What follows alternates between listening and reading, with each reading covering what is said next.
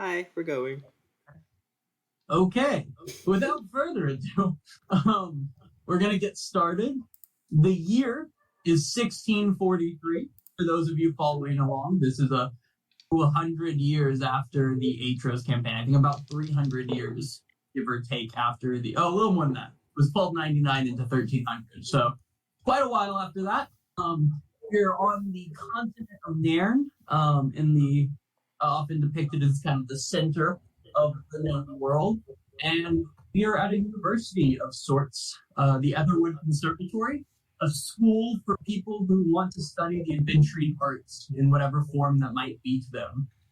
And we currently find ourselves on a young elven man walking around the school's biblioplex, the center of the school, where students kind of mingle and mix. There's classrooms and libraries and things of every nature.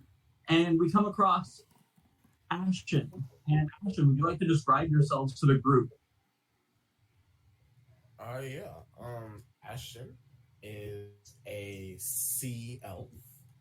He's slender in nature, but he's kind of has a bigger bottom half. He's kind of muscular, only on the bottom half. Kind of weird. However, he has locks. He has locks that touch his eyebrow. And he's wearing a tattered robe. Yeah, and Ashton, you have your backpack slung over your shoulder, and you're kind of walking around a little lost. You know that your first class should be starting in the next few minutes or so, and you were told to come to the biblioplex before your class. But is there anything specific you want to do as you're walking around? Nothing specific. I'm just trying to get the lay of the land. Yeah, give me a perception check. Sure can.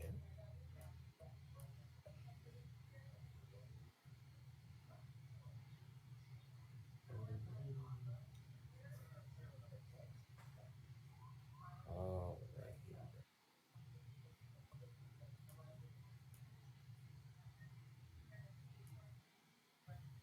Yep, you are looking around and just kind of surveying the scene that is the biblioplex, and it's massive, right? There's rows and rows of books to one side of you. There's this beautiful fountain in the center of this building, kind of glass roofs, not directly above you, as there's some floors that seem to go up above you, but these like glass windows going down the sides and long hallways. There's students of every race that could possibly imagine running around carrying weapons, carrying books. Some are performing spells, testing out different things they've learned in their classes. You do not, however, notice at first until they have already seemingly started a conversation with you, a young minotaur that is just kind of talking at your side right now. And Brendan, can you tell him what he sees? Yeah, so right next to you is about a 7-foot tall minotaur, and he seems to be mumbling something, not making eye contact with you.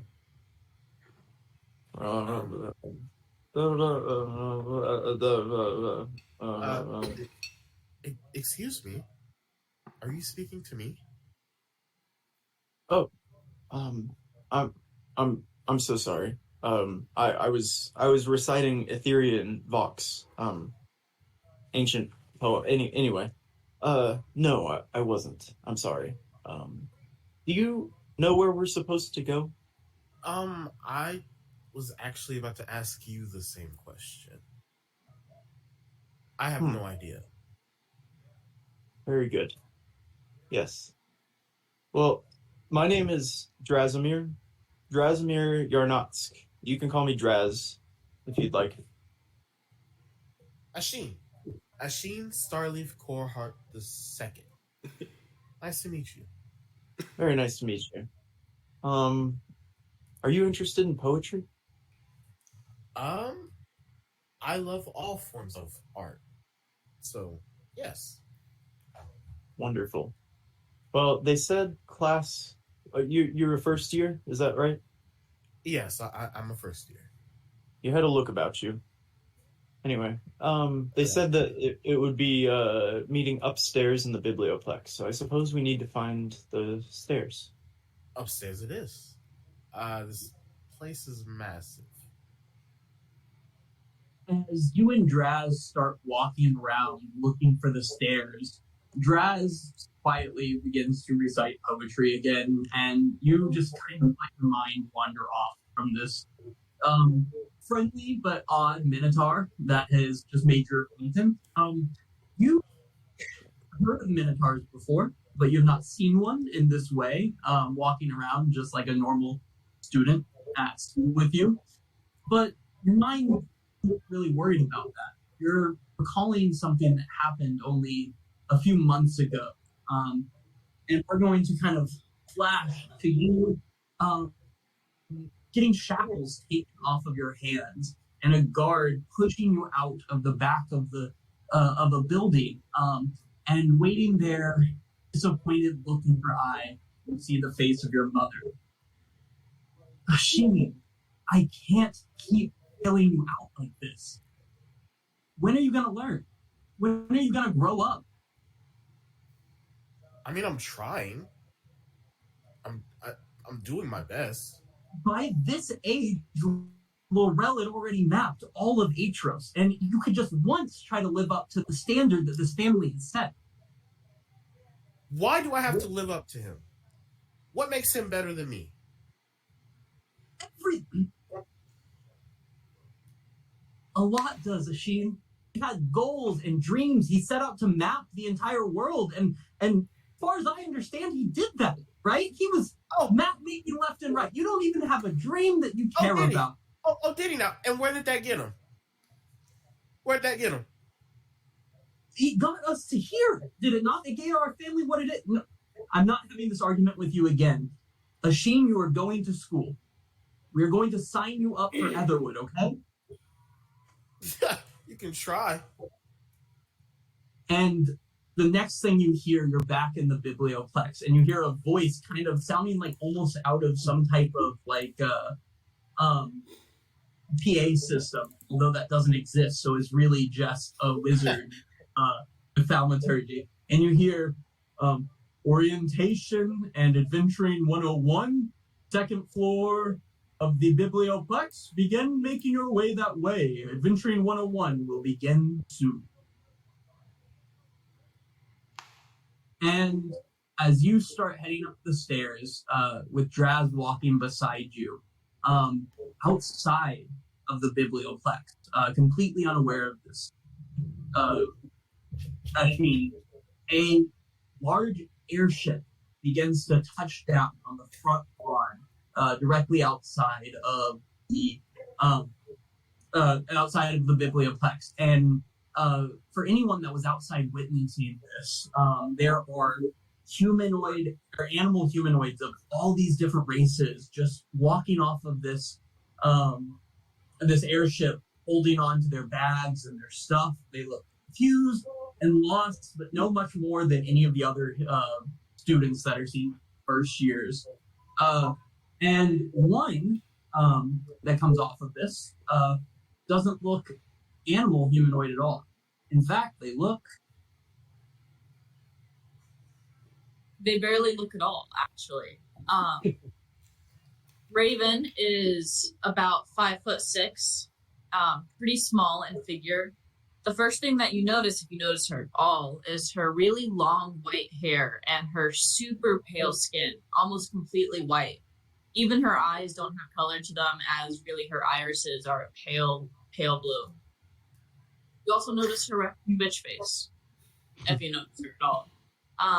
But she has a long, dark, black cloak surrounding her.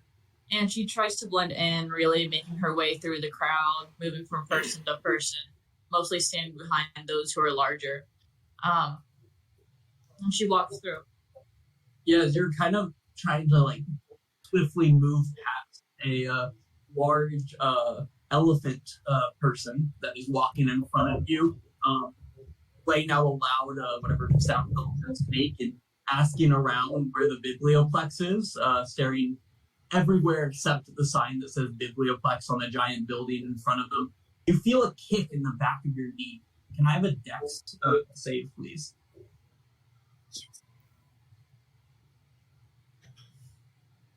Yeah, you feel this hit and you turn and you don't see anything at first, but as you look down, there is about a 3'8" gnomish girl standing there.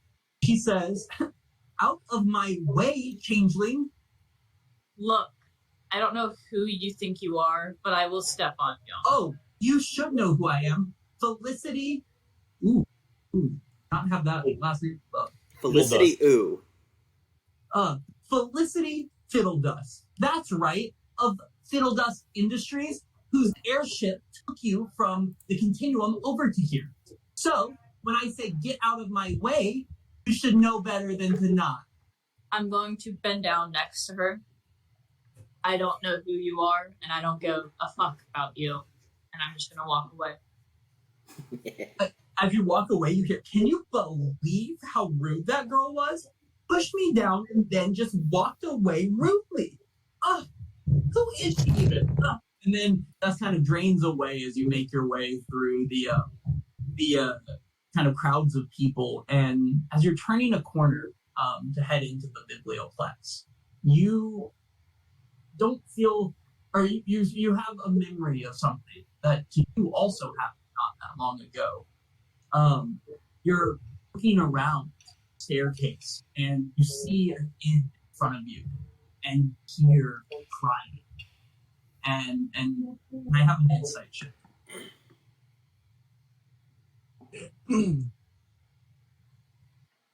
Yeah, the crying is your mother and your father both in the end crying, asking anyone they see if they've seen a girl, and they're holding up a picture of this girl with this very pale face and this bright white hair. And they say, "We've been looking for her for over a week, and she just left, and we don't know where she is or where she's going." And they just keep crying at the end. As I think about this, I'm going to pull my hood over my head, put my head down, and try and keep blending in. Yeah, the last thing you hear as your memory fades out is, "Raven, please come home if you're anywhere." And you're back walking through the Biblioplex. You two kind of hear that announcement that draws everyone upstairs. Is there anything specific in the Biblioplex you do before heading up toward the class? No, but if there's a group of tabaxi, I'm going to stand behind them. I like it. Yeah, you are easily able to find tabaxi. And they're all sitting there talking in a tabaxi language. I'm like kind of just like it's a kind of hybrid form of common. It just has a lot more kind of purr sounds mixed in with it. But they seem to be having a conversation about you, actually. I'm going to listen in as I'm fluent in tabaxi. Yeah, give me a perception check. Perception? Yep. Yeah, you don't hear very well, but you hear the girl from the airship, and then I kind of look to you and say, "Hail." And that's really the words you pick out as you make it into the auditorium. If I hear that, I'm going to try and make my skin less pale. Yeah, you're pretty successful doing that. Anyone that catches an eye of that would be able to would notice a slight change if anyone was looking at it. And I look a little more human. You find yourselves in a room, and Brendan, would you describe the room that everyone themselves in now? You enter into a massive auditorium. It makes up about half of the second floor. So the second floor takes up about the same space as this round portion of the first floor. And you enter a room. There's a large stage in the middle of it and a semicircular set of stands, basically, that make up the other side. And so you can all file in and begin to file in to these stands. At the center of the stage, you see a human man who seems to be pacing a little nervously back and forth. And in the center of the stage is a massive block of white marble that is just sitting right there. Yep. And as the last student files in, there is a knock on the auditorium door, and entering in comes a halfling. A, is a halfling in this just very intricate purple, yeah, that's right, in an intricate purple robe. It has one of those, those hats that like professors wear, the rounded ones. They look like graduation caps, but they're like more like round. Anyone? No? Yeah, Okay. I got you. He's wearing one of those, and he says, "Excuse me, Professor, do you care if I interrupt for a moment before class starts?" No, not at all. It's all yours, headmaster. Welcome, first years, to the Aetherwood Conservatory. I am, of course, Headmaster Conrad Highgather, and I am beyond excited for this year. 1643. This is going to be the greatest year that we have ever had at the Aetherwood Conservatory. You see, as your class will actually be here during the time of our 100th anniversary of the school, something that at the time that I started this school with my dear friends, nobody thought was possible, but here we are, and it's all thanks to people like each of you. I want to extend a second gratitude to everyone of the continuum that made their way here. I know that journey is long and wouldn't even be possible without the help of Fiddle Dust Industries, so bravo to you all for showing up and coming today. Now, of course, I won't be around teaching many of your courses, but I'm always here at the university, or at the conservatory here to help with things as they're needed. So, follow along, let me know if you have any questions, and hey, maybe a few of you might even follow the bardic arts like myself here. Anything, though, I will leave you in the very, very capable hands of the wonderful professor here, who will introduce himself and tell you maybe even a little bit about his time here. And he will bow and do kind of a very flare walk as he flips up his coat and hustles out of there.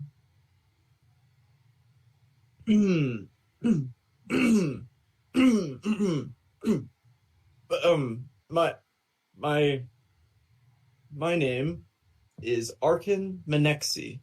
You can call me Professor Menexi, if that suits you. I'll write that. I am a first year professor here at Aetherwood, and a recent graduate myself, actually. And I'm looking forward to taking you all on a journey of the adventuring arts. So this is the beginning of an epic journey for all of you in the realms of bravery and danger. And today marks the day that you choose your focus. So each of you have come here, a blank slate, and I hope that at the end of this class, you have a little bit of direction, a little writing on your slate, if you will. And so today we'll choose a focus. And also, a key of the Aetherwood Conservatory and what makes this school so special is that you will be assigned companions who will work with you throughout your entire academic adventure. And so we assign you a party. You'll be assigned a party, and you'll work with them on all group projects and in cursed banners and through everything in this, because we find that is the best way throughout history that problems have been solved was with great groups of adventurers. And he's going to kind of turn and motion towards the marble behind him. And Cass, you find yourself kind of sitting close to the back of the classroom, kind of half listening to what's going on, but you see this block of marble, and it takes you back to a time before. It's a big block of rock, and it reminds you of the mines back home. and you kind of flash, you zone out, and you're back in the Underdark, running through the tunnels after a mole pup. So your family raised giant moles, and you're sprinting after a mole pup. And can I get an athletics check from you?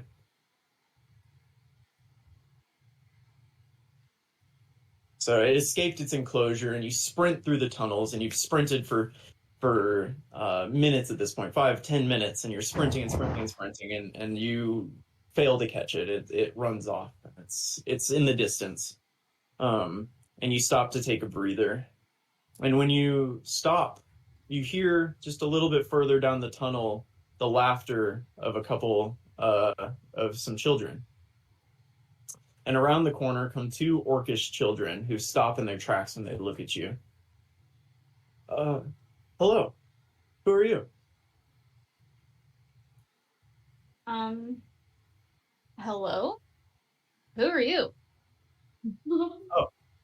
Well, we're the Grumish kids. You know, we live up that way. Up? Yeah, just that way a little bit. This is my sister, Olga, and I'm Grok. We just live up that way. Do you live somewhere around here? I would say I live down. Interesting. Do you want to come see? Do you want to come play with us? I probably shouldn't. Come on. I've never been up before. Okay. And they'll turn around and start running back the direction that they came. Will you follow them? Yeah. Yeah, you run through the tunnels after them for quite a while, and at the end of the tunnel, you kind of see a light, and all of a sudden, I mean, it's blinding to you. You've never seen it before, but once your eyes adjust, there's beautiful forest surrounding you as you come out from this cave. And with that, you'll kind of be drawn back in to Professor Menexi as he explains, this is Modron's marble. It was recovered from Darazil by our great founders, and it has chosen the parties of the Aetherwood Conservatory for as long as we have been around. So what will happen is the marble will take the form of one adventurer at a time until it makes the form of a heroic adventuring party. And that is how you are assigned your party. And so, without further ado, and he'll kind of step back in motion towards the marble. And the first form that you see it take is a shorter gnomish girl who Raven will recognize as the little shit that kicked her in the back of the knee. And so Professor Menexi will say, Felicity Fiddledust, come choose your focus. And you'll see a table magically appear in front of the marble, and it has on it all array of weapons and instruments and tokens to different religions. And it's completely covered in items that would signify what you would choose to focus on. And so he'll kind of motion towards that. You'll see her go down and choose a set of tools. And so in quick succession after that, you see a number of other people be chosen for her on her same team. You'll see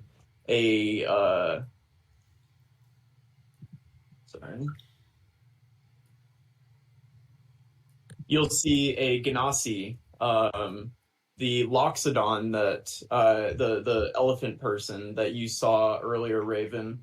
You'll see a human, a tabaxi, one of the tabaxis that was maybe making fun of you, and a Goliath, and their forms show on this marble statue like a great heroic scene of an adventuring party. They all choose their focuses and go sit down. And and then the marble kind of returns back to its normal shape, and it continues in that way for quite a while. There are about 200 people in this room. None of you seem to be getting selected. So as this is happening, Mog, you you kind of zone out and you're not thinking about what's happening. Other people are being called up, and it's not interesting to you. And you kind of zone back, you zone out, and you come to. You feel like you're coming to, and you wake up being held by a giant woman whose face is larger than your body. Your back is in immense pain, and your vision keeps going in and out. And in broken common, you hear, "Hello, little one. I thought you were a goner. We were just hours away from making you a fine dragon purse. What's your name?"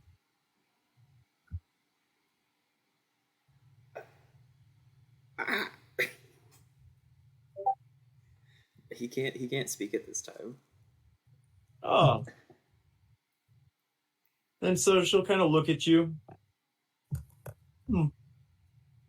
And she'll put you down and kind of sit you in the middle of a group of other giants who kind of circle around and look at you inquisitively.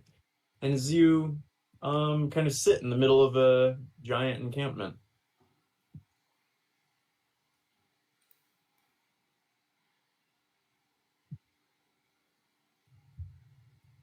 And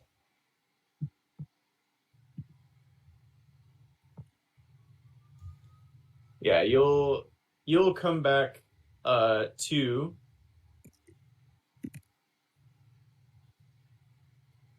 as it seems like most of the group has been called, and you hear the name Arab Emel, the first member of our new party. And Arab, you kind of aimlessly begin walking up to the front of the room, and Will, what does he zone out and see? Yeah, Arab, as you are walking up, can you have a con save for me real quick? Oh, a con save? Oh no. Yeah, as you're walking up, you just stop and just pass out in front of everyone in the room. And as everyone is like freaking out, trying to like stand you up and figure out what's going on, you are just snoring away asleep. But in your head, you find yourself in a large room that's completely unfamiliar to you.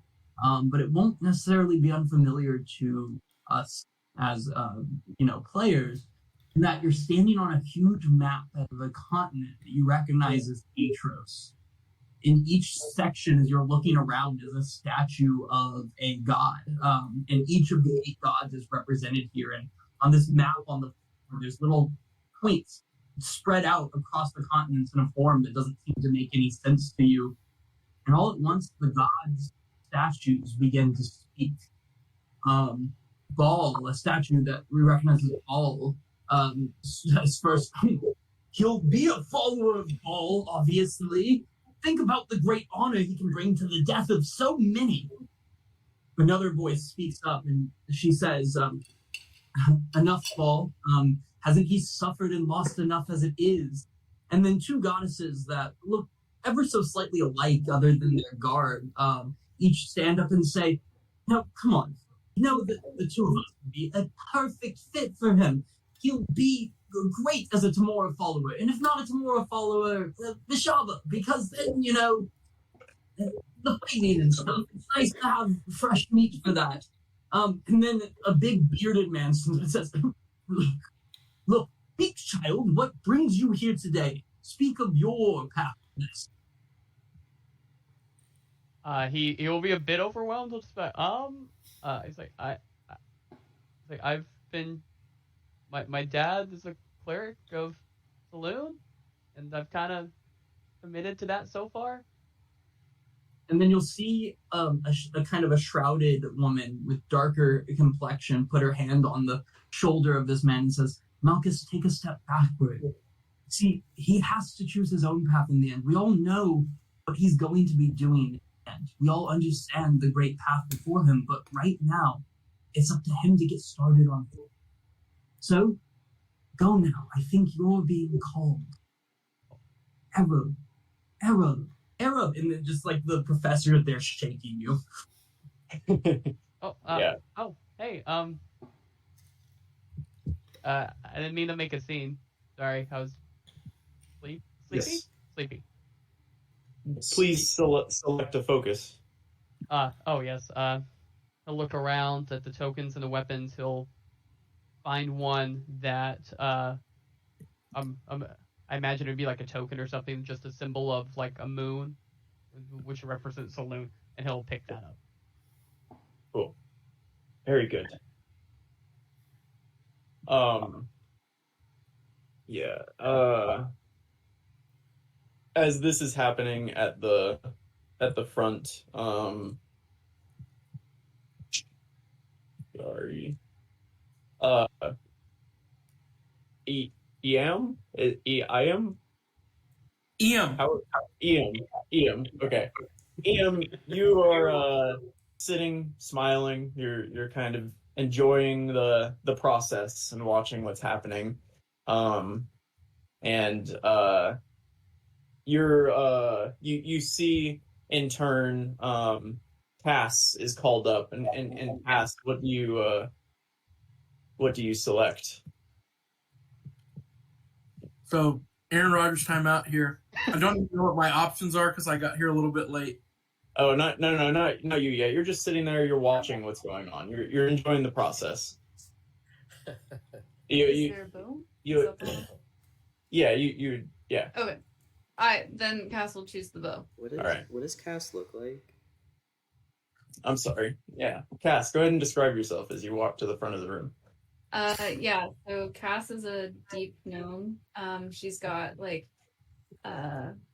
dark gray, kind of like teal skin with piercings on her right ear. Her hair is white and pulled back in like various sizes of braids, and she's got white ink tattoos of constellations on her right arm. She's about 4 feet tall, so she's tall for a gnome, but athletic, and yeah, she chooses the bow. Her eyes are light gray, and she chooses the bow. Cool. Voromog, you're next. And Mog, can you go ahead and describe yourself? I apologize. So a little kobold will jump off one of the benches, and he'll kind of like scurry out into the open, like full on single hand fisting a block of charcoal and a single piece of paper. And it's this little like deep crimson red kobold, but his upper body is like super jacked, like almost like steroid type of muscles, just huge for despite his size. And strapped to his back is a almost a comically large cleaver type weapon that he kind of has hoisted over with two like leather straps. A pair of really shoddy looking blacksmith tools hang around his belt, and his fanged face just kind of like looks around, makes eye contact with as many people as possible before he heads up and just kind of stares at the stuff before him. He's gonna set the paper down in the block of charcoal and just kind of turn towards the professor. Can I take this? And he's just gonna hoist his weapon around. Yes, very good. It looks like it's well suited to you, and he'll take a couple steps back. Yeah! He's gonna grab his stuff and go back into the audience.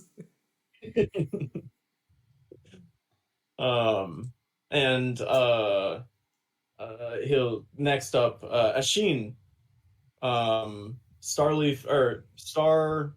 I'm so sorry. Starleaf Coral Heart the Second. And you can walk forward. Yeah. She's gonna walk forward, and I mean, he's very visibly disappointed because I mean, we have a fainter already. I'm just looking at these small creatures. I'm just like, yeah, that's me. Focus, right? Focus. He's gonna look around the table, and he's just gonna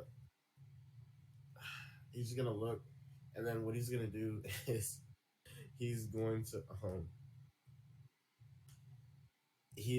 cast Firebolt in his hand, and it's like wizard, and then extinguish it. Professor Menexi will grab and hand it to you. Say, you might need the spell book then, son. Thank you. Well, I mean, I have mine, but thank you. I guess I can do more than one. Very good. And he'll kind of pat him on the back. Raven, Raven Night Strider. I'm going to walk up, now fully white again. What are the options on the table? There are daggers left. There are a few staffs, quarter staffs. There are a couple more spell books. Short swords. There's a long sword,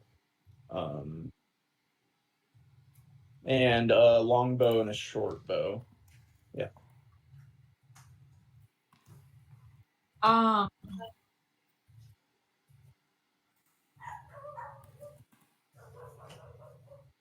Is there a rapier?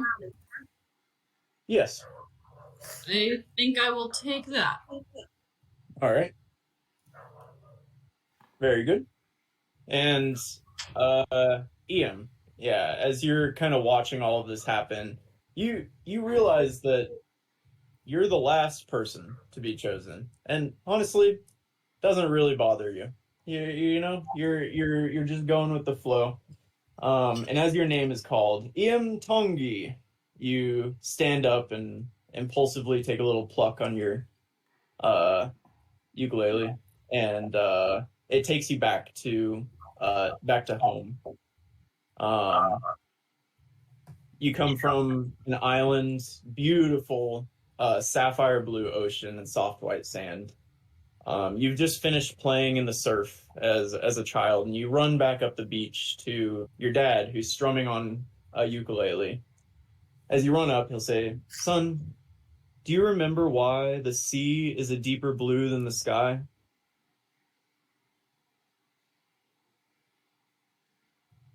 No.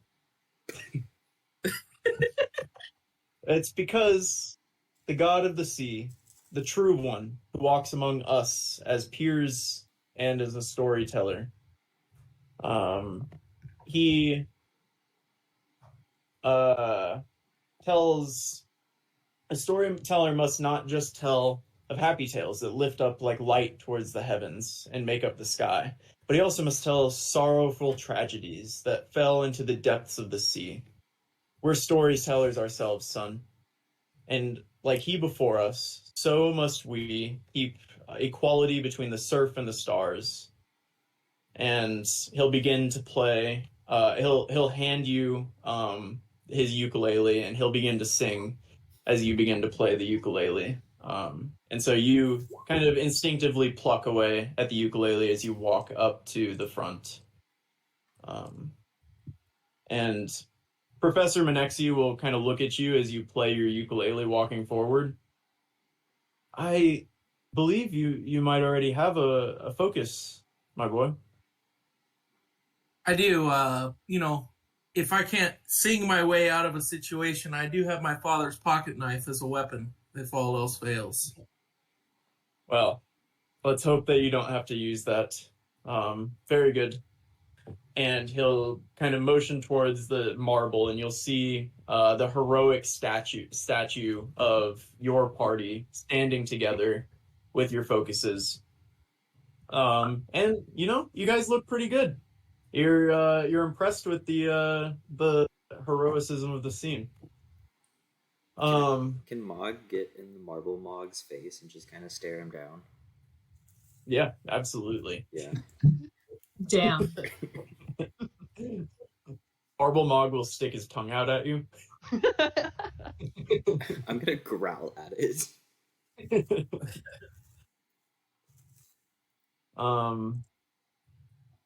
Yeah, and so with that, we meet here 3 times a week, and I'll teach you the basics of adventuring.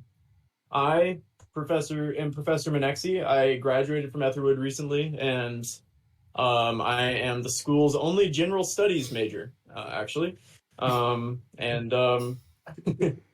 they thought that maybe they should keep me here to teach you rather than send me out into the real world, because I know a lot. Seemingly trying to convince himself of that statement. And so I think this is a good time. We'll go ahead and break class for today. But I encourage you as new parties to go and find a place to mingle and get to know each other. The dormitories are a good place. My personal favorite place to mingle and socialize is the Grindhouse, next door to the Biblioplex. So if you all want to go and familiarize yourselves with your group, your homework is next week. Have a fun fact about each and every member of your group, and you'll get to share that in front of the class. So thank you. Goodbye. And he'll kind of motion awkwardly for you to leave the room as everybody begins funneling out of the large auditorium.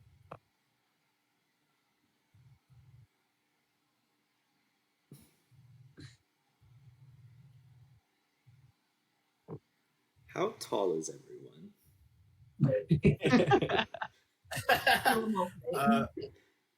I'm around 6'2".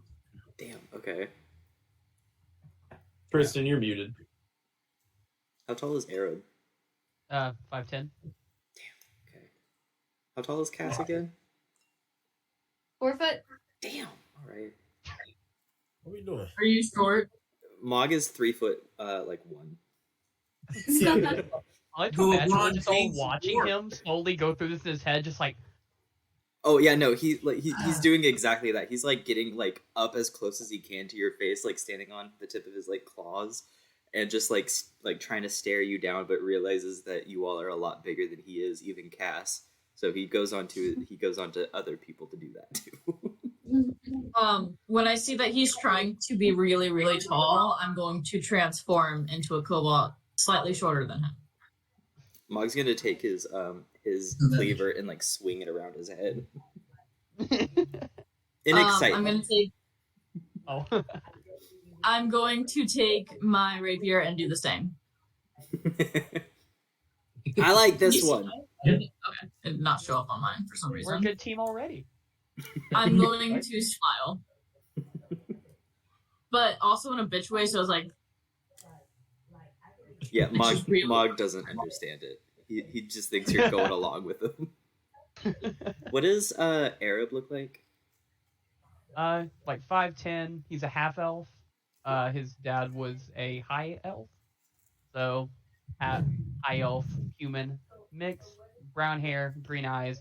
He does have a star that goes like kind of like this, like across his face, so like over his lips. Yeah, Mog's gonna point at the scar and start laughing. What? The scar? Yeah, I got those too. And he's gonna turn around and there's 2 like large gashes down his back. Oh, yours seem more serious. He walks away and goes up to Ian. Okay. I'm going to transform back into a changeling. Hi. Hi there, little one. Hi. Hi. Have you seen my Narn Idol trophy that I won last year? No. Well, this is the Narn Idol Trophy. In case you didn't know, and I know the show's not as popular as it used to be, but I did win Narn Idol, Nairn Idol, and that's what allows me to be here. Pays for my mom, and I don't have to work anymore, and that's why I'm now in adventure school. You don't have to work. Do you think you're better than us? No, I'm just really good at singing. You look it. Fun. So cool. Sing us a song. You can't count on me. Mog is enthralled, like cat eyes going big, just staring as you sing. Can you give me a performance check? Yeah. Advantage. Bust out the song. So ready. I loved it. Yeah, he doesn't need it. Yeah, you begin singing, and as you guys have just kind of clustered into a group in the auditorium, and as everybody's leaving, he begins singing, and everybody kind of stops in their tracks, and they turn and seem really interested in what's going on. And a couple of students come over and hand you some silver pieces. So you get 8 silver pieces as they tip you, thinking that it's a true performance. Oh Oh yeah. my god, is that the dude from Nairn Idol?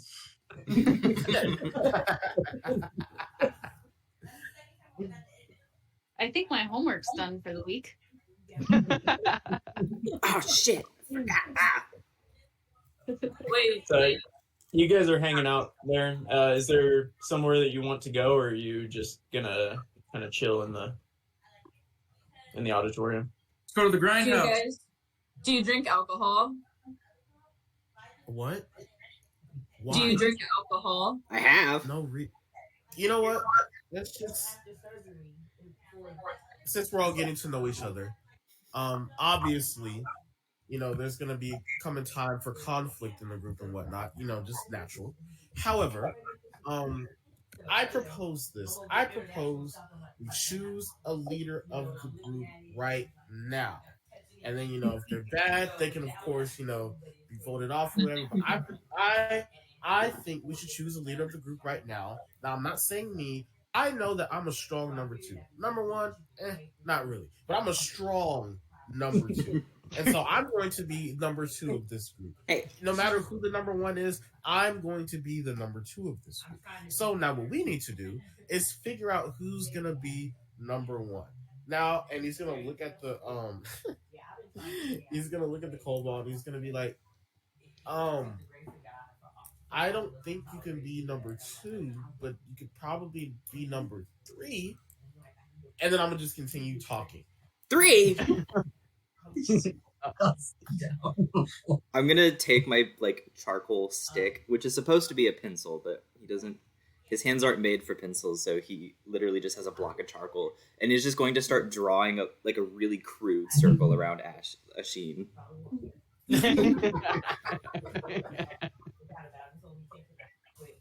Like I said, and this comes with the group projects that we do. Why should you be in charge? Obviously somebody wasn't listening, so you can't be in charge. I never said I was. I said I was going to be the number 2. I have no problem being the number 2. Nobody gets mad at number 2. They get mad at number 1. I don't want to be the leader. I'm going to grow 2 feet taller than him and just stare down at him.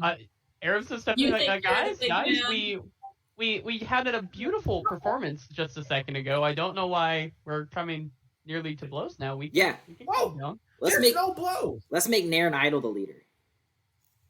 I'd second that. I'm going to go back to normal. I don't care, sure. I third. Well, there we go. Nairn Idol, you're the leader. And you're probably you're the leader. So there you go. Congratulations.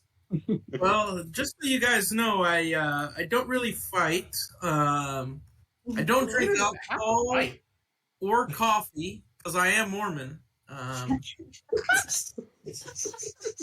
But as long as none of those are issues, I'm happy to be the leader. What is the equivalent of who do Mormons worship in D&D? You gotta go to the Biblioplex and look for a Mormon book. Should I have not selected Saloon? Should I have picked Joseph Smith? Got to. Canon of Mormons. Wild. Hey, Session 1. hey, All right. Another class begins to file into the auditorium now.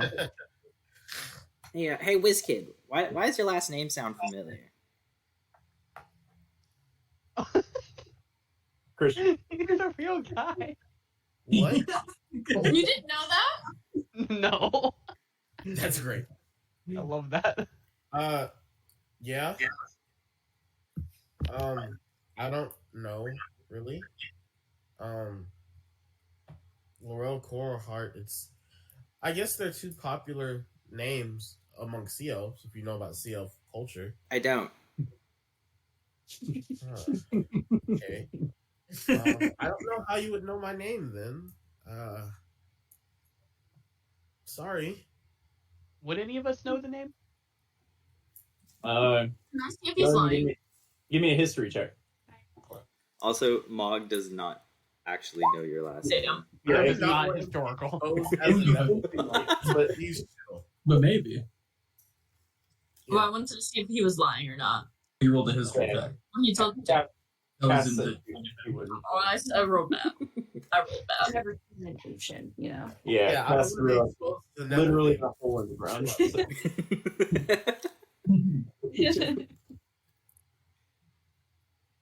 All right. Well, no, nobody seems to actually know about Laurel. I'm not sure. You might have since he's a sea elf. You might have heard like the name before vaguely, Ian, but you don't know anything about Laurel. You just know it sounds vaguely familiar. Maybe in class, like when you were a kid, at some point you heard it. What's great is Tristan also knows nothing about Laurel.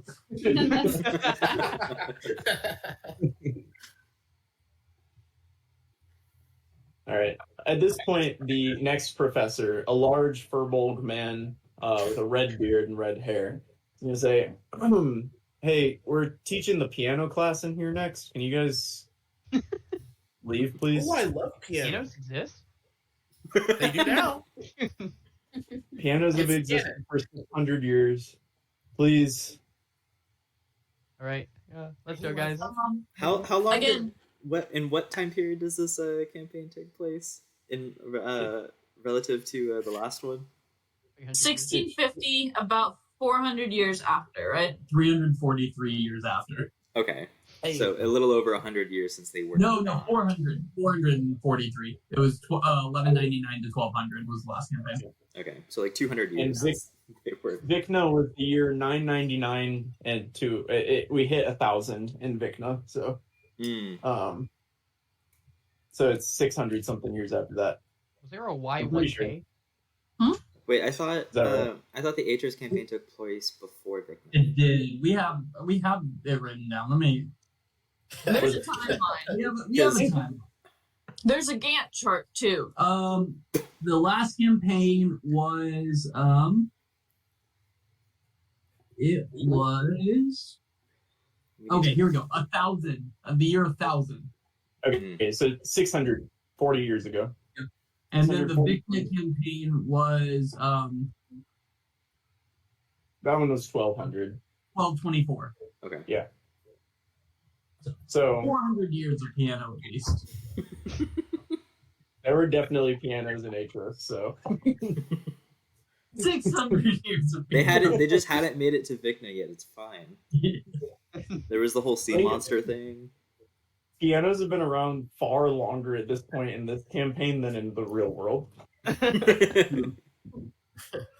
Really one of the first things invented. It went wheel, piano, wind, fire. I'm glad we have our priorities in line. Oh my gosh. So you guys are kicked. Yeah. No. Pianos were invented in 1700.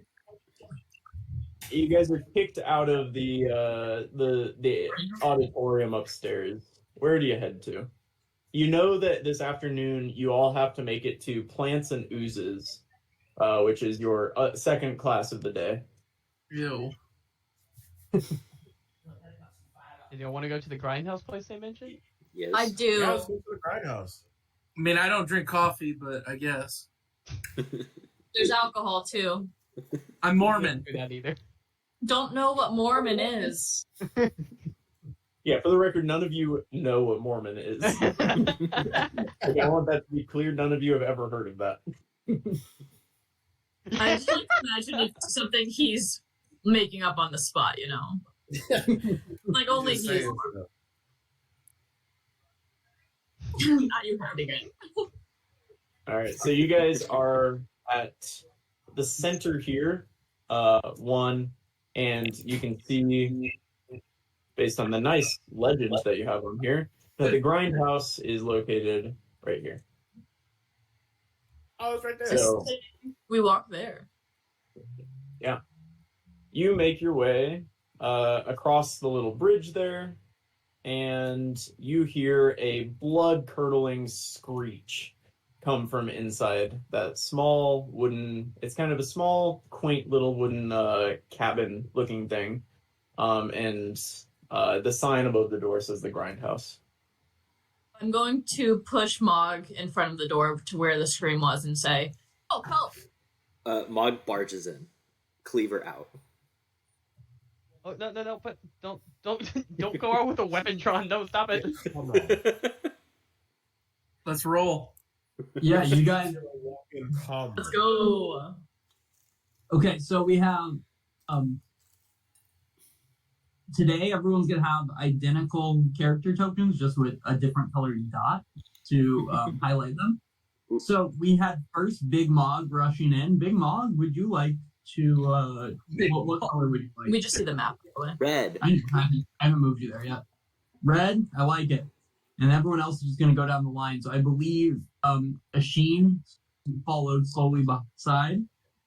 Yeah. Asheen, you're going to be blue. Who followed Asheen? I'll follow, singing a jolly tune. Okay, we got Tongi over here, and you are going to be a nice whatever color is next in this line. I would like to sneak Green. behind Tongi. Okay, Raven. Raven, you are, and you guys should be able to control these things. Raven, you're orange. Cass, Arrow, who next? I'm just gonna put you guys next to each other, actually. Arab will go in next. Yeah, Whatever Cass color's would next. be like, what do you think they're grinding in there? There you go. Arab, you are purple, and Cass, you are yellow. And I will show you now what you see. Don't move your character tokens yet. I'm telling this to Asheen and Ian because I know they were gonna start moving their character tokens. 100%. You guys What? find yourself in a small building that smells vaguely of coffee being roasted and beer being brewed all at the same time. So think about like the most aggressive coffee smell mixed with the most aggressive bread smell, and that's just like permeating this room. You see people, you see everywhere books littered around and weapons left here, and the room is empty, all except up on this table right here is a short, chubby furball person. He appears to be a student, and he is just waving a tiny wand around, shaking it at the ground, where Mog, you'll see on the ground are quite a few rats. But these rats, their brains are protruding out of their heads, so you just see the fleshy brain part sitting there, and he is just shaking his wand at these things as they seemingly ignore it. That, why don't we roll into initiative? If you would click on your character token first. If you don't, Hey, man. No. What we're not going to do. Oh my that god. was- Oh my god. really good start. Colby, Yeah. we're going down. We're going I'm not down. going to stand Hey, we're followers. for It's these okay. subs. Ew. Your sub Hey, the rat did that. The rats didn't do bad as well. Oh, Nice. How much HP y'all got? I got enough. 11. Okay, cool. Are you Who has double 6? digits? I'm at 10. No, Okay. I have 6. So y'all are gonna have to. Yeah. Y'all Okay, have wizard 6. boy. Nah, bro, it's really nasty, honestly. I got 6 and some cantrips. You see the vibe. Okay. So, Is everyone on here? Cool. yep. With that, as you are pushing past Sheen, you see in front of you Big Mog staring straight down at this rat that has its brain protruding, and the whole room seems to be filled with them. And I'll Yeah. draw you a little. That is like the worst possible color for this. This is where there is a boy shaking a wand at these things. Wait, where? Hold on. No, to answer your question, Ian, you would have your cantrips, but no spells. Okay, Yes. just making sure. What do you do, Asheen? Yeah. Okay. Asheen is just gonna start slinging it. He is gonna throw a firebolt. Your ball. Firebolt. No. He's gonna throw it right. And these are all rats, right? Anything that looks like a rat is probably a rat. Okay. That's where you're throwing A simple yes or no question. it? Yes, they are all rats. All right. Let's see it. Throw a firebolt right there. 20.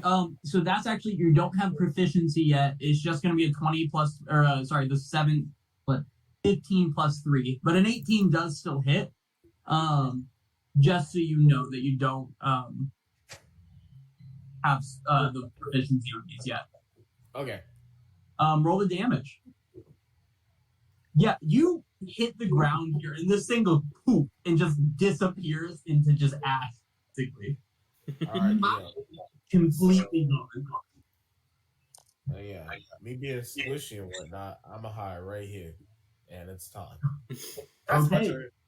Ian, just so you know, Ian, you can move through the space of your friends, and the squares in this map are accurate because Brendan helped make maps so that they're not just me saying squares. Okay. Oh, baby. Please. So Oddly enough, we didn't make this map, but besides that, I'm gonna move right here, and I'm gonna try to Pied Piper these hoes and sing them a song. okay, I like it. Let's see your best performance check as you start singing.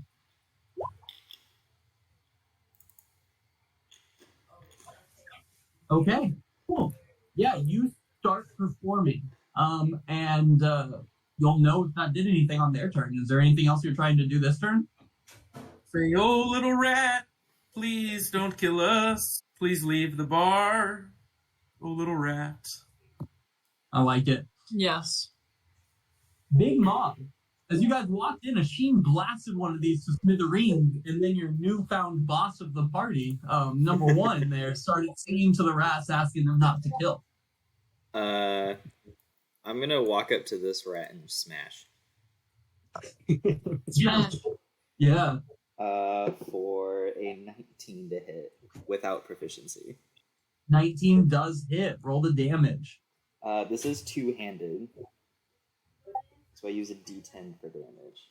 Oh god, I'm not used to having this kind of dice out. I'm only used to D4s and D6s. Big boy barbarian over here. Yeah. For 2. And I'm going to go ahead and have the runes light up on the sword, and I'm going to use one of my Strike of the Giants for some fire damage. Yeah. We put what is that? How much does that add in fire? Yeah, D10 fire, and I add 6 fire damage. Cool. And that was no proficiency added to the damage, right? Correct. Yeah. So you on that first slice cleave this thing in half, and then it starts glowing, and just the 2 halves burst into flame and shoot off in each direction. Ah! just enough for a second that Iam stops singing and just looks at you in concern before continuing his song. Mog's gonna cackle and use the rest of his movement to get up into this rat. I like it. Cass. Okay. Yes. 30 feet.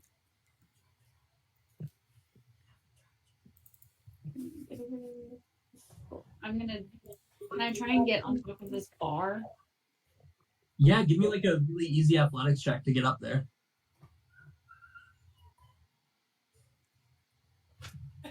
Oh.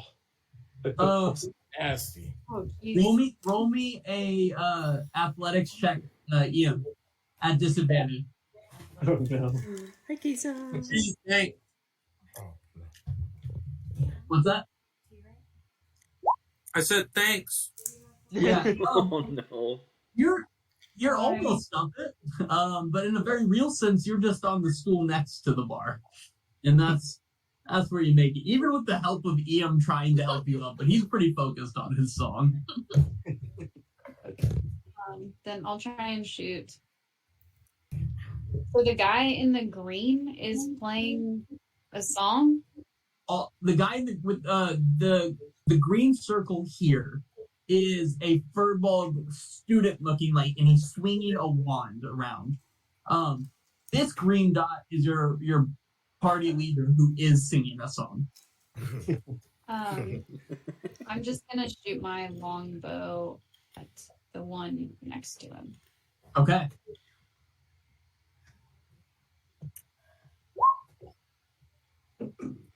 That is a 14. A 14 does hit.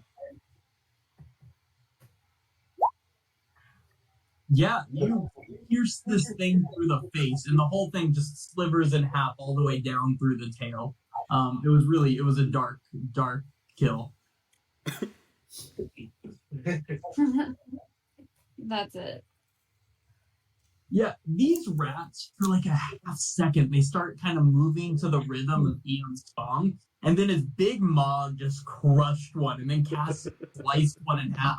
They Thanks, start freaking out. And these four are going to come over here and surround Mog. This one is there. This one there. There. Okay. And we are going to have 4 attacks at advantage coming against Big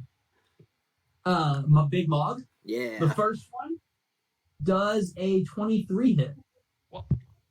Yeah. Yeah, you got a really good bite on you. And that does 1 piercing damage. Okay. that's crazy. I can tank this, don't worry. Next one, that is a 21 for another Wow. 1 damage. Cool. Okay. Third one, does a 13 hit. Yes, currently. Another 1 damage. And the fourth one, a 16 for 1 more damage. So that's Nice. 4 total piercing damage. Yeah, see, Nice. I would be This is fun. doing Oh. very bad. That's like these- less than a no, third of no, my health. I don't roll for the damage. That just attacks. Those are just the damage it deals. It does 1d1, it says. So, now we have 3 attacks coming against Cass. And none of them are at advantage. Because you have that, because you didn't make it on the bar, you have that bar backing you up so they can't get at your back. Nor could they, because there is about, I think, 360-pound person behind you as well. He's a big boy. So, does a 12 hit? No. A nat 1 definitely doesn't. And a dirty 20 Yeah. for 1 piercing damage. The one that rolled a nat 1 is going to accidentally bite Iam, who it very much did not want to hurt because it liked the song. But Iam, that is 1 piercing damage. Fucking thanks. And that is their turn. Raven. Upon seeing them just mercilessly, that one. You got it. You I got see it. my new friend. I'm going to move 20 feet to there. And then 5, 10 to here. And I want to hit this one with my longsword. Yeah, at advantage because of old Big Mog over there. Good. So that is going to just be a 15, but a 15 does hit. Nice. Yeah, you slash down at this thing and cut its tail off, but it seems to be alive. That's Everyone else wanted to hit but not you. Not me. I do think it was actually 17 because I took away my proficiencies. No, it says proficiency. What? When you highlight over the number, it says +2 prof.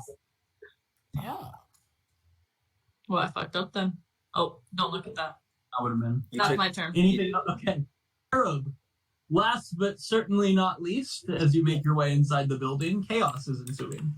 Yeah, he doesn't really have a weapon or anything, so he's just gonna walk up here and he's gonna try to stomp on that one ahead of him. I like it. Roll me a strength, because I think it's gonna just be the same as doing a melee, whatever, hand-to-hand. So yeah, just a strength check. Not quite. That will not quite hit. As you're stomping, this thing dodges you. He's like, well, I tried. I just had my hand. I'm sorry. Honestly, I'm real glad I'm not the only one. No, you didn't grab a weapon when you were at the table? Or you said there were like tokens and stuff, so like I thought for a cleric I'd have to choose like a I just chose like a symbol. I wasn't sure what there was for clerics. You could have taken a hammer or an axe, a sword. I didn't know that. Could I have a hammer now or something? Not now, but maybe later you'll get one. Can I have a hammer? Just kind of asking around. However, you see a random assortment of items near you, and actually on this table here, you see a what are those? Is it Warhammer, the one-handed hammers? I think so. You see a Warhammer that some student left here when he was getting attacked by rats. Oh, if he can do that with his bonus action, he'll pick that up. Yeah, you pick up this Warhammer that you're probably not gonna have to return, right? Probably. He will. I'm an a-hole. One student was killed by the rat. Just happened to be his hammer. It just happened to be it. Yeah, there's just a dead kid next to you because that's where we are as a school in here. No, on this back table here, the Firbolg, the student that's there, he's jumping up and down, waving his wand. He's like, I'm so sorry. Spell went wrong. I promise I'm gonna be a great sorcerer, just not there yet. If you guys can figure this out for me, and then that will be his turn. Ashin.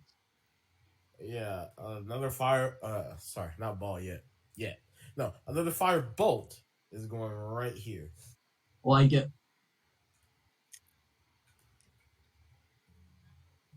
Let's see. 10 does not hit. Ugh. All right. That is all you can do. Ian, your song has not seemed to work, but in defense of your song, people kept stabbing them while you sang. Yeah. Assholes. Rip. And in the words of Brendan, pivot. I'm gonna walk over here, go around, and I'm going. How are you getting to that spot? I'm walking around, so maybe I can't go there. You Never probably mind. make it. What's your move? 30. Yeah, you can make it if you want. Okay. Then yeah, I'll move there. Yeah, as you walk past this rat, it's going to take a bite at you. Does a 19 hit? No. That'll be 1 piercing damage. That's cool. Okay. I'm going to attack this rat with my pocket knife. Yeah, I'm going to have your EM take 1 step up so that you get advantage. It doesn't matter on this one, but just so you get used to it. If you want to stand in this area here, there's enough for you. But a 13 does in fact hit. Roll the damage. Yeah, this one here, you notice was a little beefier than some of the other ones, but you took a good chunk out of his side. Anything else? No, that'll be all. Big Mog, you're surrounded. I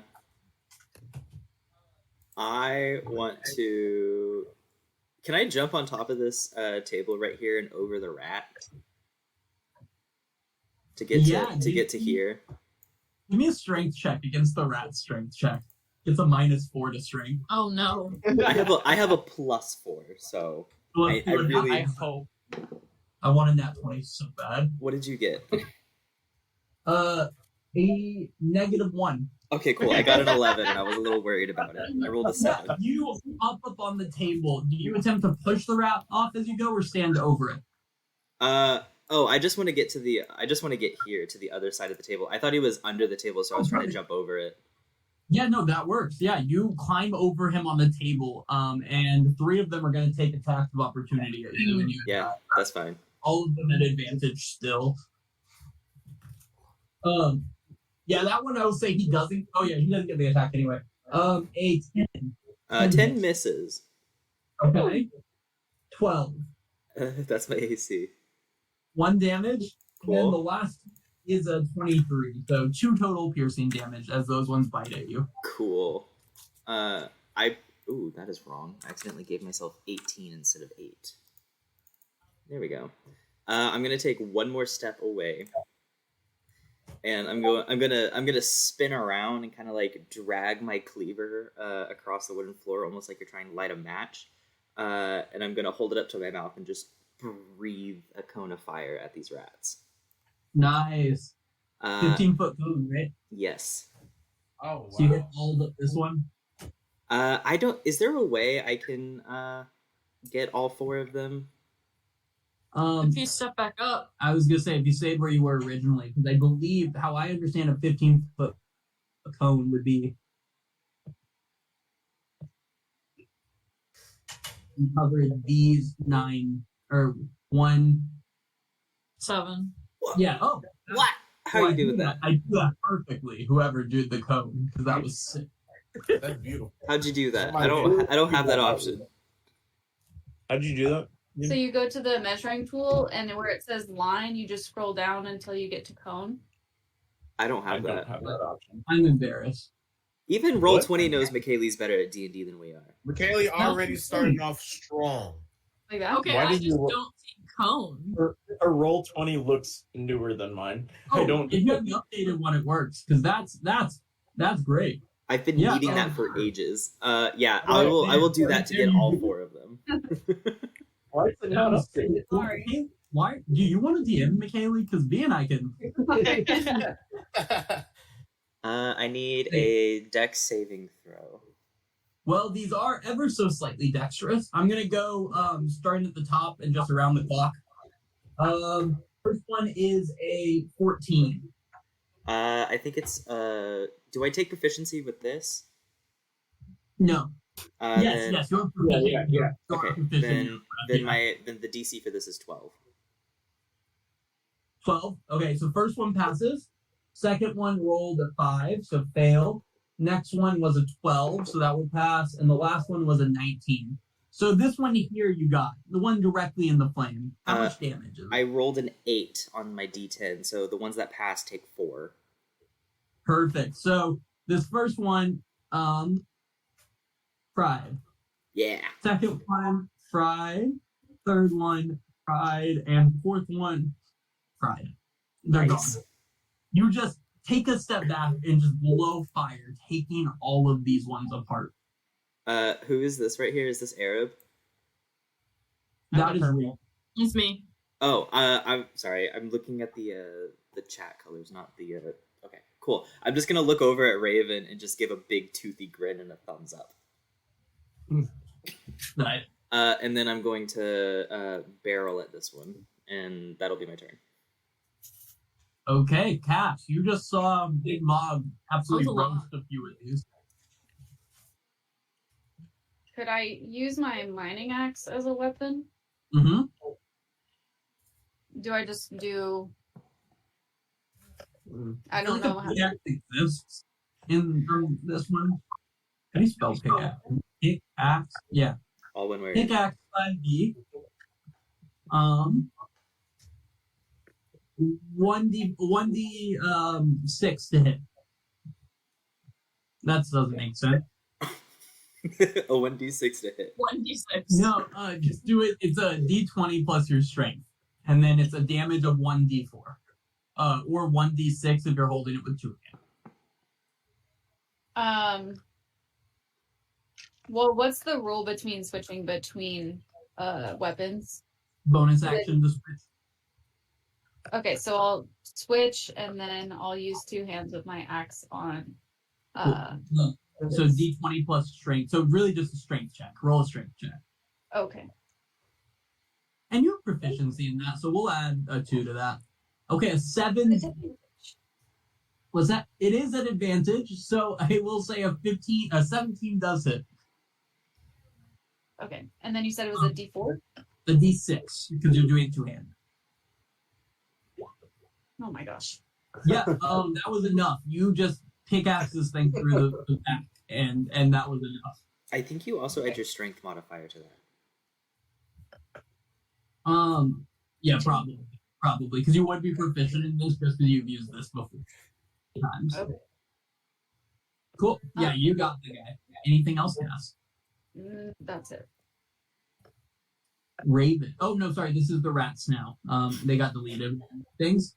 What's the difference? These rats are just gonna look around, and then both are going to shoot over and try to climb inside of Tongi's clothes. So each of Cass and Arab, you each get 1 attack of opportunity on one if you want. Arab, that hits. Oh, wait. Plus 2. Minus the proficiency, a 10 doesn't hit, actually. I'm so sorry. Your 10 does not hit either. You would have advantage. No, you wouldn't have advantage where that one was. Neither of those hit. Ian, do you do anything to prevent these guys from climbing into your clothes to hide? Yeah. Okay, give me a strength check then. I want to swing my axe around, my ukulele around. And it's your strength versus their dexterity. I think they're gonna make it, but first one and second one, yeah, they made it. These guys climb completely into your up your Bermuda shorts and into your Hawaiian shirt, and just kind of pin themselves to your stomach right now, and that's their turn. Raven's going to look around and go, there's a lot of chaos happening, but I think I could help out more. And she's going to move over here and see that rat in front of her and attempt to... Nope. They're both inside Iam's shirt. Oh, they're both... Silly, you thought otherwise. I see how it is. Then she's going to stand in this little corner and kind of hide. Okay. You hide in plain sight behind your friends. Yeah. Arab will move over, and he will try to reach inside his shirt and pull one of the rats out. Yeah, give me a dexterity check. And no, sleight of hand. Sleight of hand, all right. It is not Arab's day. Yeah, with flying colors. A 21, as it just avoids you and runs further around Iam. He'll say, take your shirt off. Anything else, Arab? No, that'll be it. Asheen.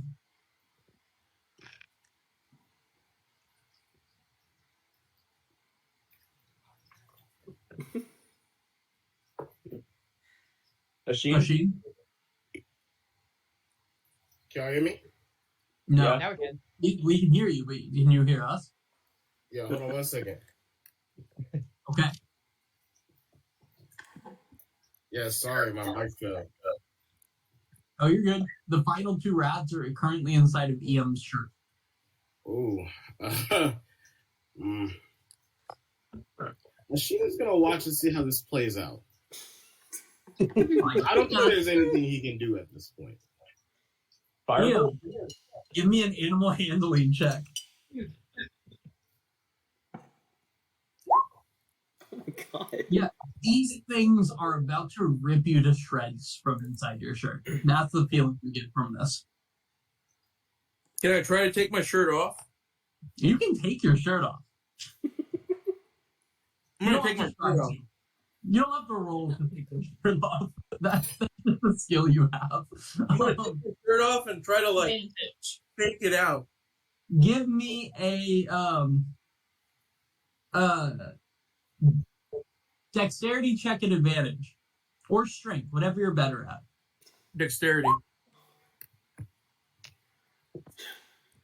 Man, this is just That is a Have 4 rolls. Nothing above 10.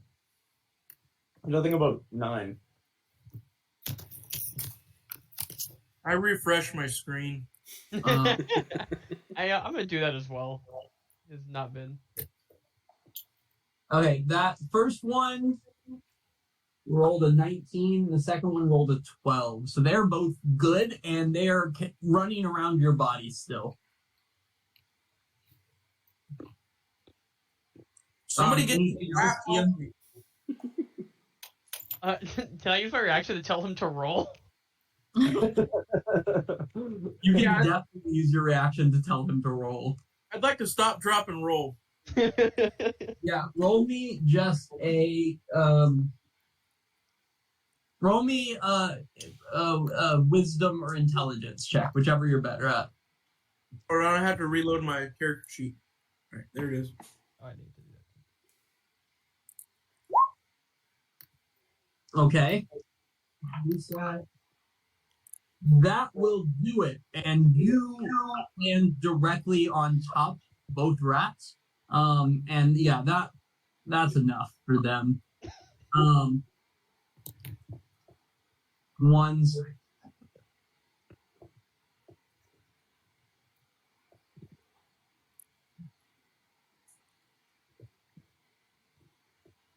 How much damage is that? enough to kill the rats who each had 1 HP. Those two. They have 1 HP. No. It ranged from 1 to 4, depending. Really? Yeah, depending on the rat. There were some beefy boys in there. The one you hit wasn't a beefy boy. You It just just couldn't kill. only dealt 1 damage, unfortunately. Are you done with your bow, by the way? Yeah, that's yours. No, we do not. I thought we did. We don't. So, with this, cool. Yep. With this, the furball gets off the table, walks over there, and kind of like holds the wand up and goes, "I am so sorry. I'm Gumpy. And that was an accident. Your name is Have you what? learned your lesson? Gumpy. Gumpy. It's a name that brings a lot of honor back in my tribe. I was named after my father, Gumpy the Third, and his father, Gumpy the Second. Were they all such idiots? So are you not- Gumpy the Fourth, or did they restart? No, I'm Gumpy the Fourth, but that just seems pretentious, so I go by Gumpy. I'm gonna be a great sorcerer. I'm only a second year, still figuring it out, but hey, how many second year can turn a single rat into 10 cranium rats? I'm gonna. Gumpy, you own your shirt. No, I was trying to do something different. It was supposed to spout rings and fly, but it didn't. I'm gonna peel one of the rats off the ground and just hold it up to him. Yeah, I'll take him back. I'll grab a napkin and start wiping them off of Eam, whatever's left of them. Yeah, just like that. Yeah, guys. So thanks and all. If you guys are interested, I'm in Dragon Chess Club. Anyone want to play Dragon Chess? Could you buy a solid drink? They got dragons. No, I can't. And then no, it's Dragon Chess is what he said. They got dragons. It's a board game. It's like chess but dragons.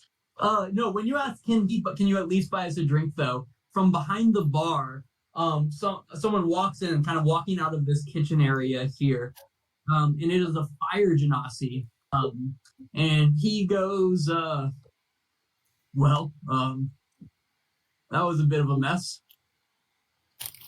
You'll say But I that again. appreciate you guys cleaning it up. Named Xander, fourth year, piano major. But most of the time I'm in here running things. And he starts kind of wiping off the counter. You know what? Y'all guys got free drinks for the rest of the week here. Coffee or alcoholic, whatever it ends up being. I appreciate you guys cleaning that up. How about Does some he Diet like- Soda? Yeah, this guy's Yeah, Mormon.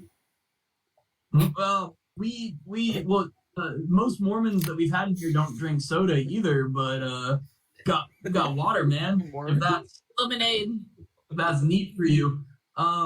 We got water. Yeah, but all in all, though, yes, to answer your question, yes, he does look hot, right? This dude is objectively hot. You're doing your hot boy in voice. temperature and in the fact that it might just be because he's wearing a barista apron, and you can't quite tell Raven whether it's that or something else, but you haven't seen him outside of the barista apron, so it might not be. And he's like, so, first years, I guess. What brings you to Aetherwood?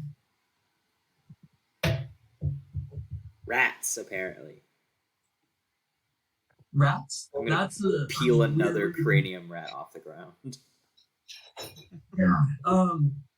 Okay, I'm gonna go get some coffee. Why don't you guys wipe off one of those tables, and he'll toss a towel over to Ian, and then there you go. That's what he looks like, a young Keeper Selva, but fire Genasi-esque with a little flip, right?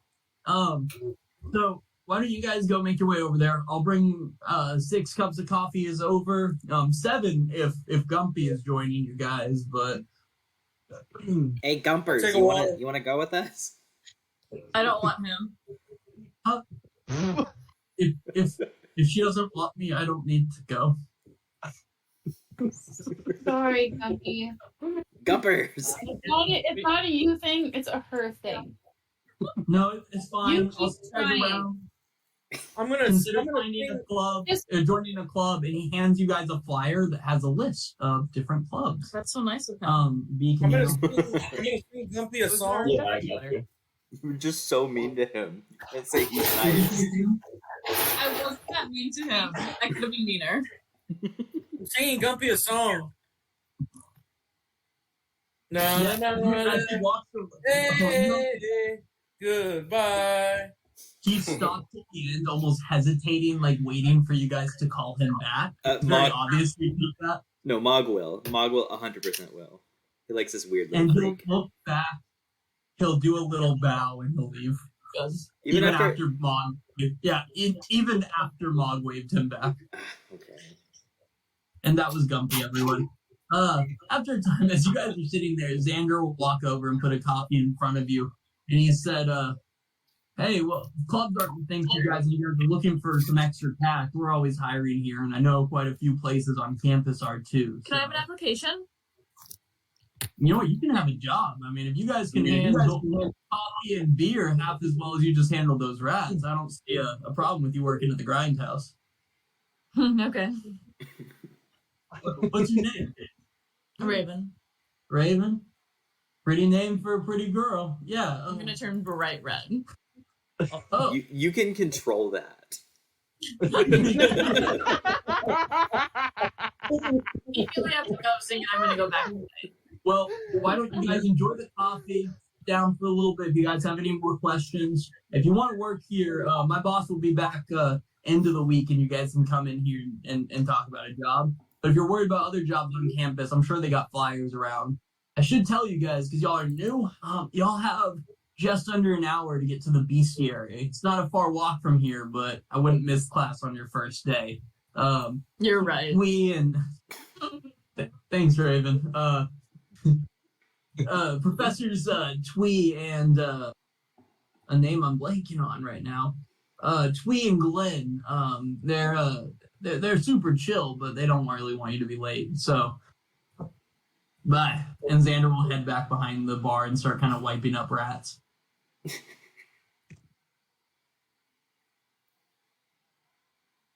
Is there anything you guys would like to do before class today?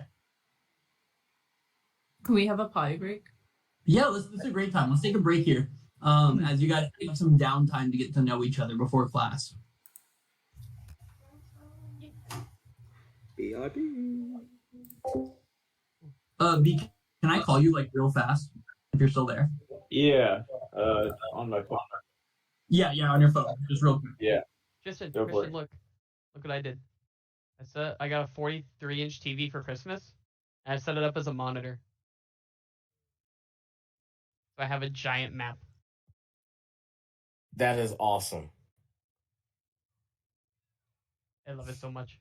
I have 3 monitors or 2 monitors and a TV. I'm saying that's how you do it, man. I just have, like I said, I just have my projector, and I have my 50-inch in my room. But I mean, you can never have too much TVs. And like now is just such a great time to buy electronics because they're so cheap. They are. Like my dad, he got this. That's his Christmas present, but he told me he was like, I think this 43-inch was like not even $100 on sale. No, it's crazy.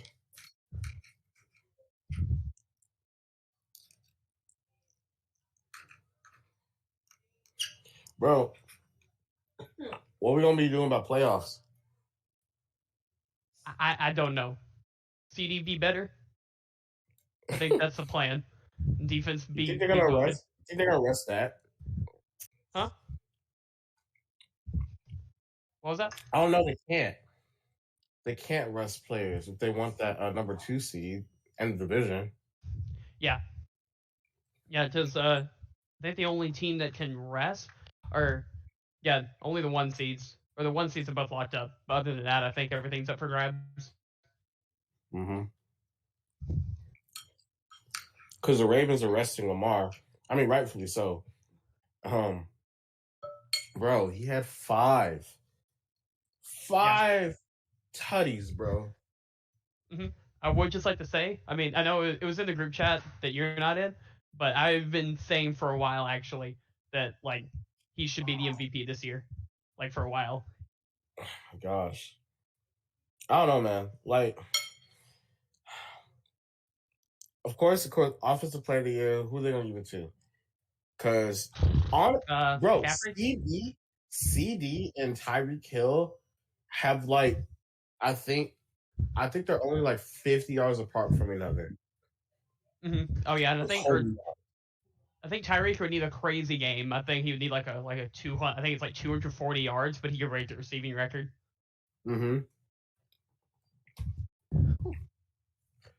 McCaffrey, yeah. Yeah, I was saying maybe because of the touchdown streak, but honestly, I forgot about Tyreek. So actually, I think Tyreek should be in the MVP thing. Because honestly, this year, Lamar's turned it up recently, so I think Lamar has earned it. But like, I was like, if any year you don't pick a QB to be MVP, it should have been this year. That's very true. But people are talking about like them probably going to split it because they've done it only once before. They've split it before, only once though. I forgot who it was. Forever ago. I don't remember that. That was a long time ago. So if this would be the year that they split it, it'd be this year. Yeah, I think you can make the case for either McCaffrey or for Tyreek. Honestly, I'd probably say Tyreek over McCaffrey for that though, because Miami's a different team with him. Yeah, when we're talking about now, of course, this can go with any player. I mean, any team, with the quarterback, whatever. So our quarterback's so important. But I mean, we're talking about MVP. Without this player, this team would be trash. And it has to be like, we're talking about leadership. We're not just talking about stats. We're talking about leadership on and off the field. I mean, we're talking about all of that for most valuable player. And people forget it. People are just stat watchers. Oh yeah, that's what I get mad about, because people are like, "Oh, Brock Purdy, his stats are amazing." I'm like, I hate it. Or I saved a graphic. It's the first time I think in league history, like they've had a team's had 4 people over 1,000 scrimmage yards, and scrimmage yards is running with the ball. Yeah. Not air yards. Like Ayuk, I think I think it's Ayuk, Kittle, Debo, and McCaffrey. All have like 1,000 plus yards. That's insane. Rolling. No, every day I just think about like Cam Newton's game manager versus game changer argument being proved right week after week. Mm-hmm. Because I think I even saw Micah Parsons whenever the 49ers were down. He was even tweeting like, you see, they're not taking shot plays or like deep like developing plays. And he's like, They're not. He said that's telling. Very telling.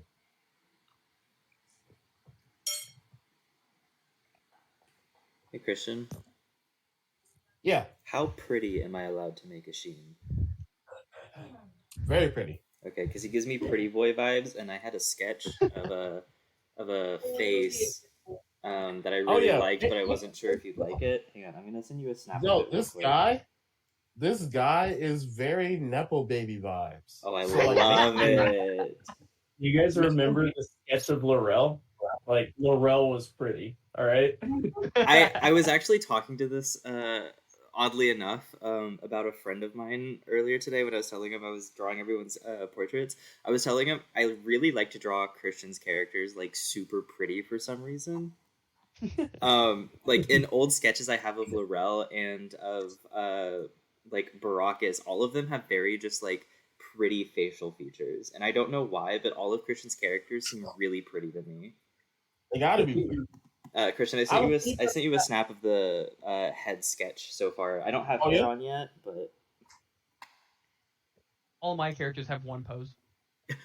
that's literally Alias and Arrow. He's pretty, right? He's very pretty. Oh my gosh. No, I was looking through my art, and Arab and Alias have quite literally the exact same like character art pose. Like head tilted back a little bit, like facing forward, like exactly the same. It's weird. I didn't like that. I want. That's alright. I didn't even notice he said something. I want variety in my art, so Colby gets a free redo at some point. Is everyone back? Yep. Yeah. Michaela's there. Okay. Well, we're gonna keep going. An hour passes as you guys are hanging out, getting to know each other, laughing about the fight that just occurred. Ian continuously breaks into song randomly. But as it's getting close to time for your second class of the day, you guys all have two classes together as a party this semester. It was the first one, Adventuring 101, and then you also have Ooze and Plant. If you'll recall from your welcome packet, you're going to be taking a class each semester learning about just the beasts that live in the world. And so this is about plants more from a bestial standpoint, like living like beast-like plants more than plant-like plants. But you'll learn a little bit about plants as well as different oozes. So you guys make your way out of the grindhouse here past the cafeterium, which is this number 5 here. And the cafeterium is actually just a cafeteria, right? And that's where you guys have meals provided to you for free.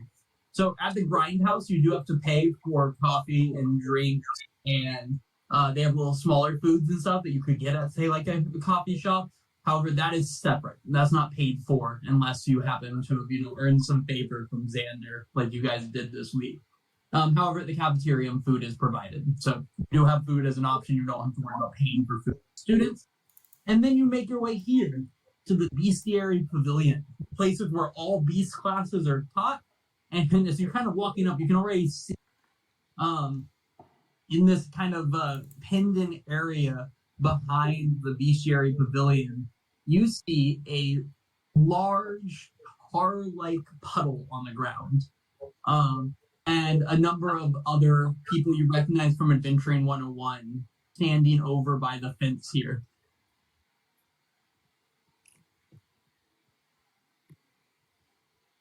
EM, do you know what that puddle is? I don't. I'm assuming it's the ooze from some sort of beast plant. What's an ooze? And as you say, what is an ooze? Like almost jumping out of a bush, you turn around and see two halflings, a man and a woman wearing almost identical clothes. One has these tiny glasses, and a great question, and that is where we'll start today.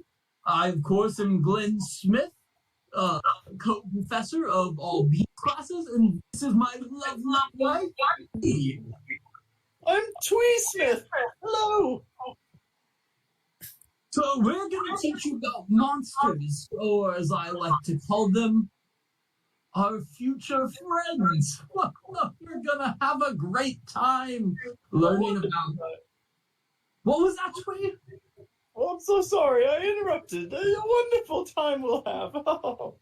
That'll be the best. So, let's start today. Everyone get around first here. I see future rangers among you already. I can see your excitement about the ooze that stands before you. Yes, that's right. We're going to start with oozes. An ooze is any creature in which its body is more gelatinous or liquefied than, say, a solid as the other option.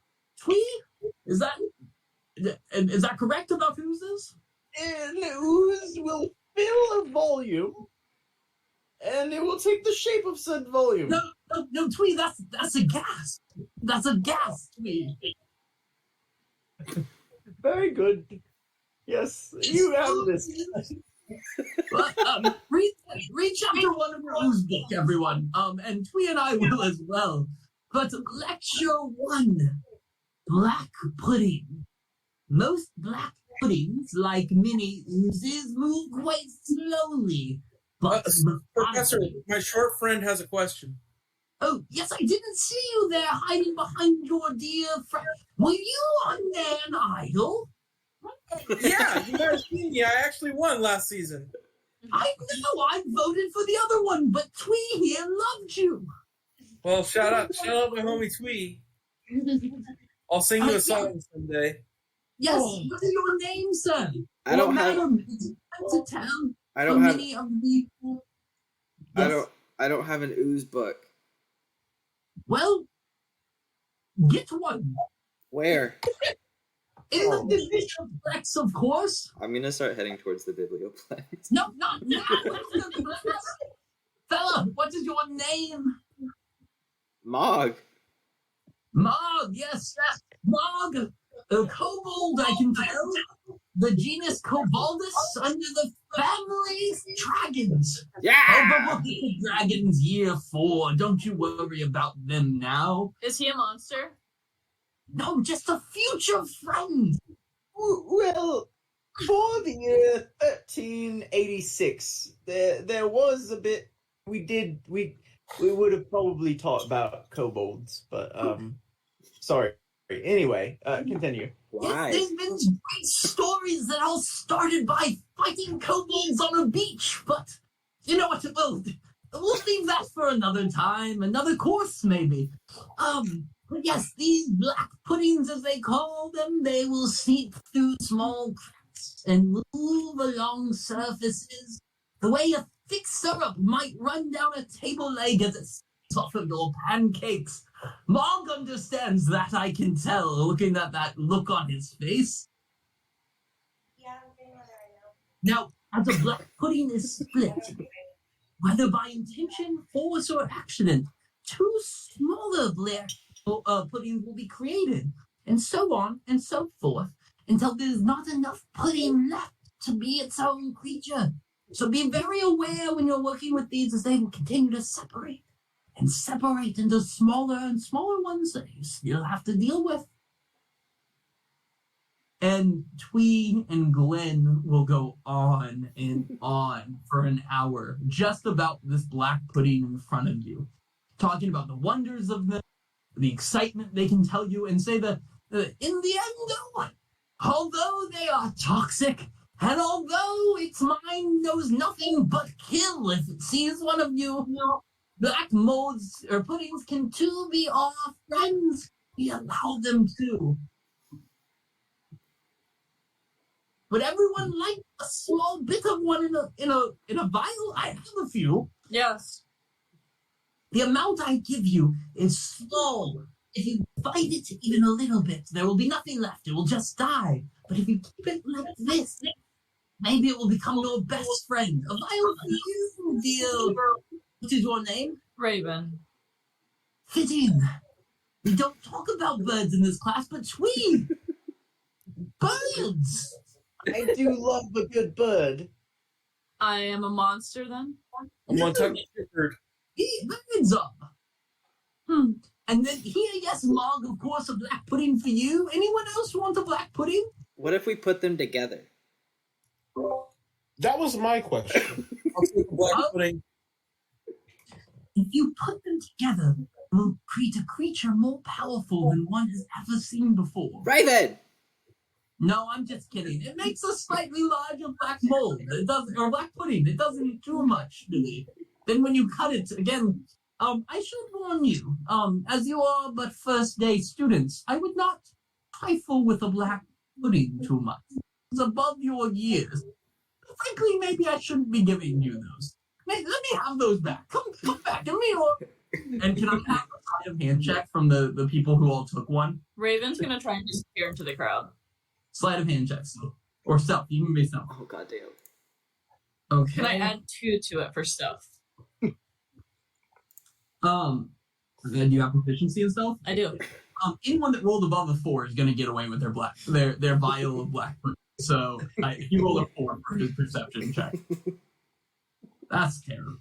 And with that, he trails off as everyone begins to leave and head out, and B will tell you what happens.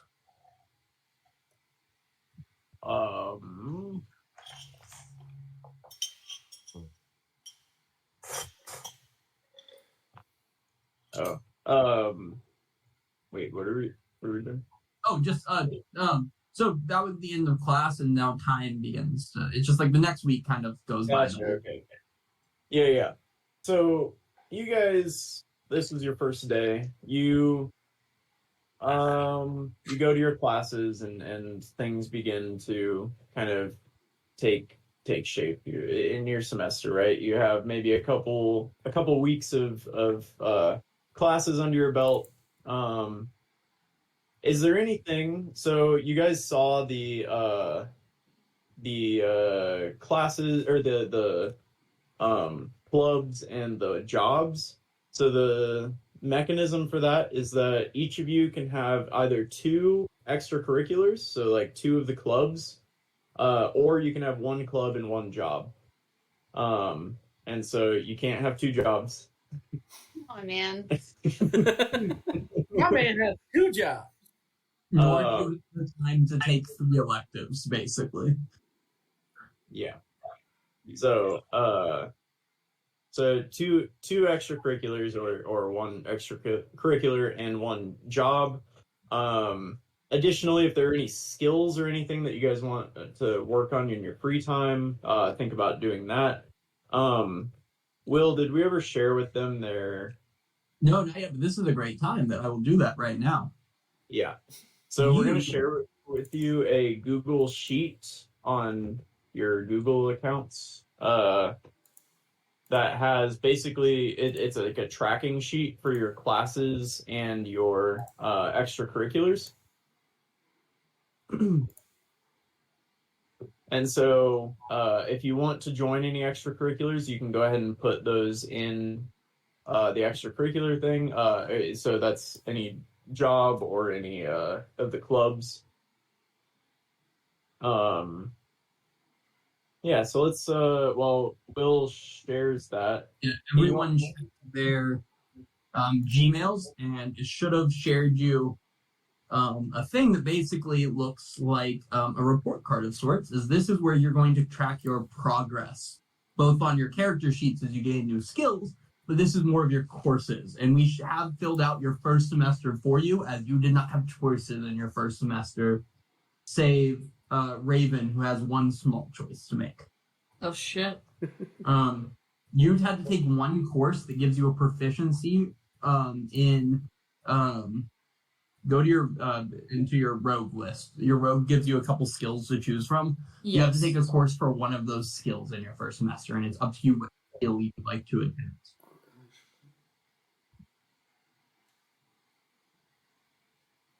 Yeah. So, you can replace the name or extracurricular 1 and 2 in the first semester with something that you'd like to do, a club or a job. So are you talking about like this? Yeah, choose one of those skills, and which one would you like to take a class on? This semester specifically. Keep it into account. We'll take a lot of that doesn't matter. Just choose one of the skills right now, and we'll talk about that later on. We'll talk about more when you guys start choosing your courses and how that affects you. Right now, your first semester was decided for you just based off your class. I want to do sleight of hand. Sleight of hand, cool. We do have a course for that, and that is course for sleight of hand is. Yeah, we have like sample courses for each of your classes that we'll share with you in some way between the next sessions so that you can choose your courses. So where do I put that? I will throw that in for you. Sneaky boy 10. Yes, is the course you're taking. It's gonna be traps and puzzles. And there you go. And right. Yeah. Boom. Okay. Cool. So you can see kind of your progress, how it goes. Basically, at the end of semester 1, you will have all of the skills and abilities that comes with your class for a level 1, right? So at the end of semester 1, you've completed all the things that give you level 1. The end of semester 2, all the complete level 2. However, at some point, you're also going to start taking electives, and that's where you're going to get skills outside of your class. So that'll come later on. Yeah. So in this first semester, the example of that would be oozes and plants, which doesn't necessarily come with your class. And so at the end of this semester, you will make a roll to determine whether or not you get advantage on your history/nature checks on oozes and plants coming in the future, whether you do well enough in that class. But yeah, we can go more into classes kind of between sessions, I think is a good place to do that. Yep. How many of you... edit it? I have it. You guys can comment on it right now. I think you can let them edit it because they need to change the extracurriculars at some point. That is true. Try not to change the other stuff, but you guys should be good. And editor. Okay, now you guys all can edit it. Sorry about that. I promise I won't cheat. Well, you might. I won't. All right. The only thing for right now is how many of you plan to get jobs? I do. All right, let's go real quick. Starting with Kara. I know you're going to be wanting to work at the Grindhouse, right? Yeah. Put that in under extracurricular 1. Ara, what job interested you? I was gonna do the library assistant, I think it was. Cool. Put that in. I'm having trouble. Just where it says extracurricular 1, write that. Yep, there you go. I'm still commenting. Oh, that's Ian. Big Mog, I know that you have a work-study program. Refresh, because we just... So what that means is instead of making 5 gold pieces per week, you make 2 gold pieces per week, and the rest of your salary basically goes to your schooling. Cool. Sorry, but I signed up for it. It's fine. I can't be here anyway else. But this is the blacksmith's assistant, right? Yep. And then Cass, what about you? I think it's a job, the lab assistant, magic lab assistant. Yeah. Perfect. Yeah, add that in there, and that's perfect. And all the jobs do pay the 5 gold pieces per week, other than old Big Mog there. And then also the clubs that you like, if you would like to join a club. Asheen, are you joining any clubs?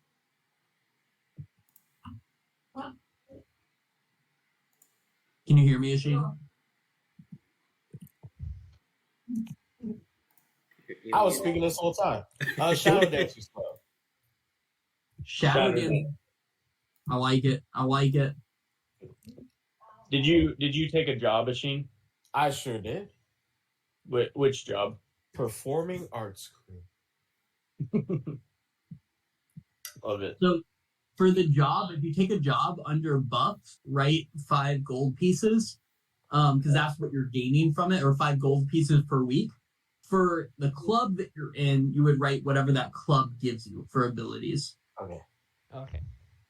I'm gonna get a job too. If everybody's getting jobs, I better get a job. I mean, Narn Idol winner and all, but you know, The royalties don't pay much. no. Can I have the same job as somebody else? Yeah, definitely. Performing arts crew as well. Oh yeah. They're still gonna make you guys go see their shows. The worst type of Yeah, the worst kind of friends. the God. worst. Hate people who ask you to come and watch their arts. Yes, it is, frankly.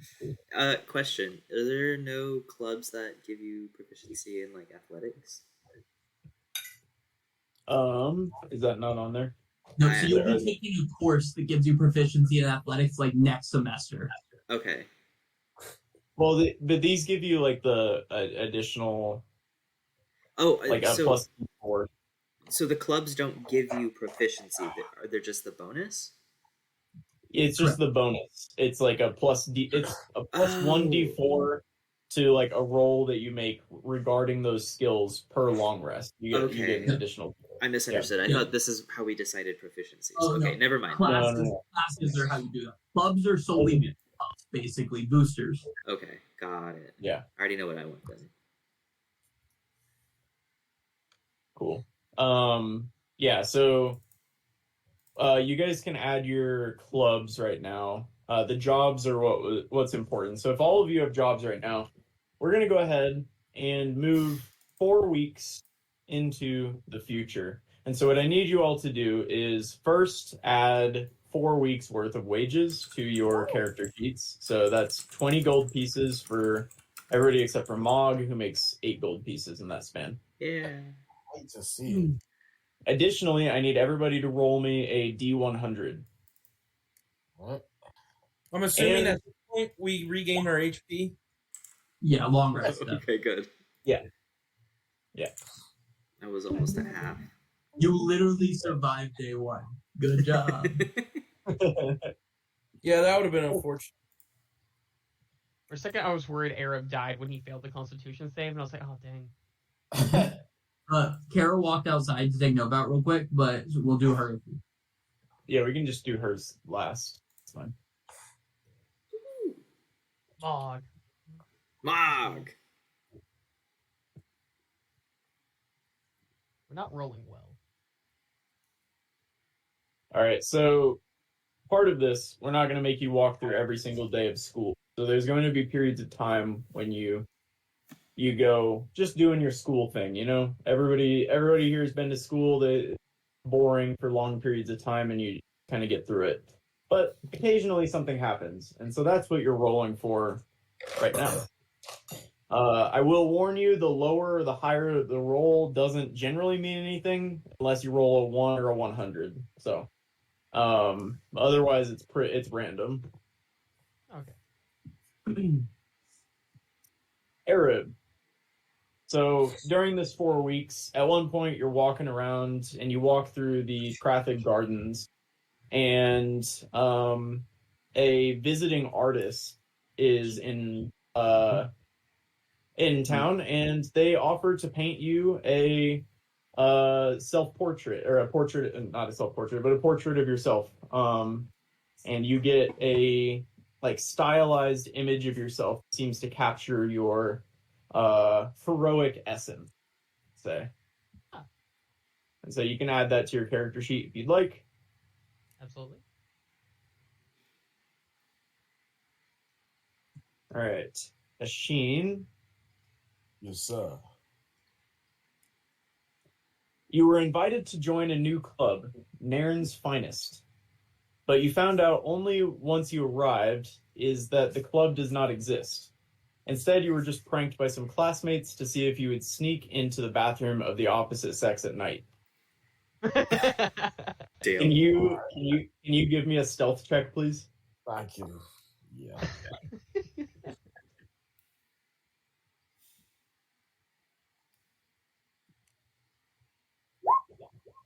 Okay.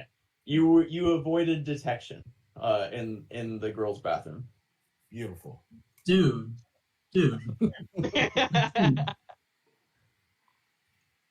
Iam.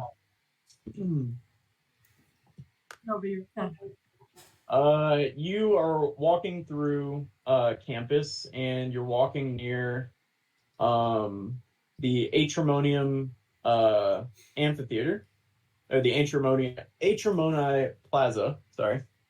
And you see that a visiting herbalist has set up a small stall offering enchanted sachets that release soothing scent. Don't do that. If you purchase one, they guarantee that it will do good for you. It's 5 silver pieces. Would you like to purchase an enchanted sachet? I do, yeah. Yeah, 25 Okay. pieces. Five silver pieces, or half a gold piece. I remember I have I got 8 silver pieces from. True. Great. Yeah, so you have enchanted sachet. You're told that it will grant you advantage on your next saving throw against being frightened. That's what they said to you. Oh, they say that? That's terminology. Get out. Swear to God, man, that's what happens. How do you spell sachet? S. A single I don't S. actually. I actually don't know. Is that what that word is? I don't think it's sachet. Sachet? Because the only It's not that. I think of sachet away. Sachet? Whatever. I'm looking up. You have a little pouch of that smells nice. Yeah, he's right. All right. Sachet. Oh. Oh, yeah. All right. Sachet. Was I close? Sachet? A small perfumed bag meant to scent clothes. Sachet.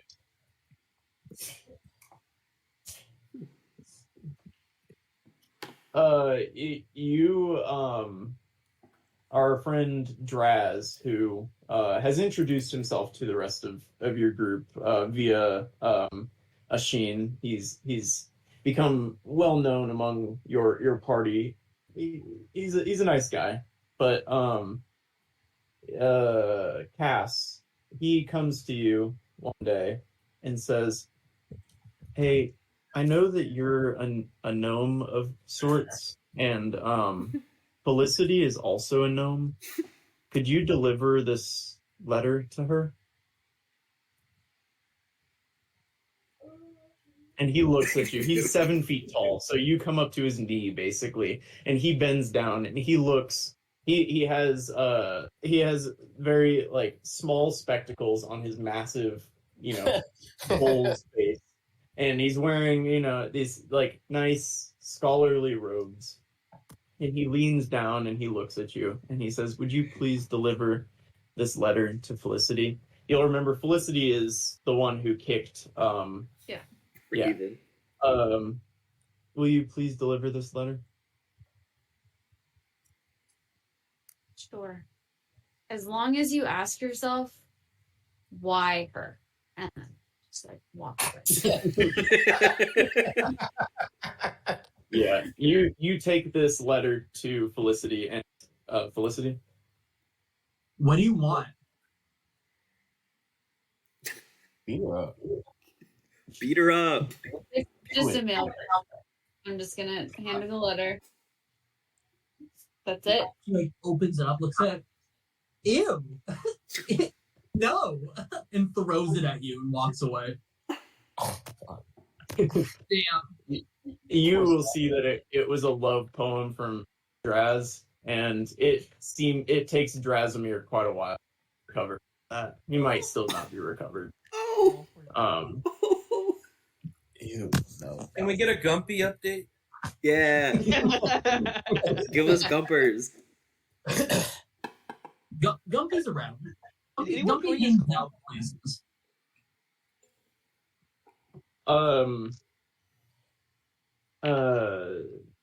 Mog, you are doing your thing. You're running around, and you work for the blacksmith. And so at one point, Professor Osgier, who is a giant, he's a stone giant professor of history of sorts. He comes into the blacksmith's office and he enlists you to run an errand. And at some point some of you might have heard, Professor Osgier, one of his specialties is that he's able to magically recreate artifacts. And they don't necessarily they're not exactly the same thing, but he is able to magically recreate these artifacts and they look almost spot on. It's like a perfect replica of this real thing. And so he has you run an errand for him, and you run and deliver a package for him across campus. And as payment for this job, he magically creates a reconstruction of the old King's Tall Stag's crown for you, and it's an ornate crown. It's large. It's meant for a human's head, so it's a little big on you, but it's this massive ornate crown. And you can add that to your character sheet. Reconstruction of King Tallstag's crown. Mog will wear that for weeks to come. All right, and last but not least, Raven.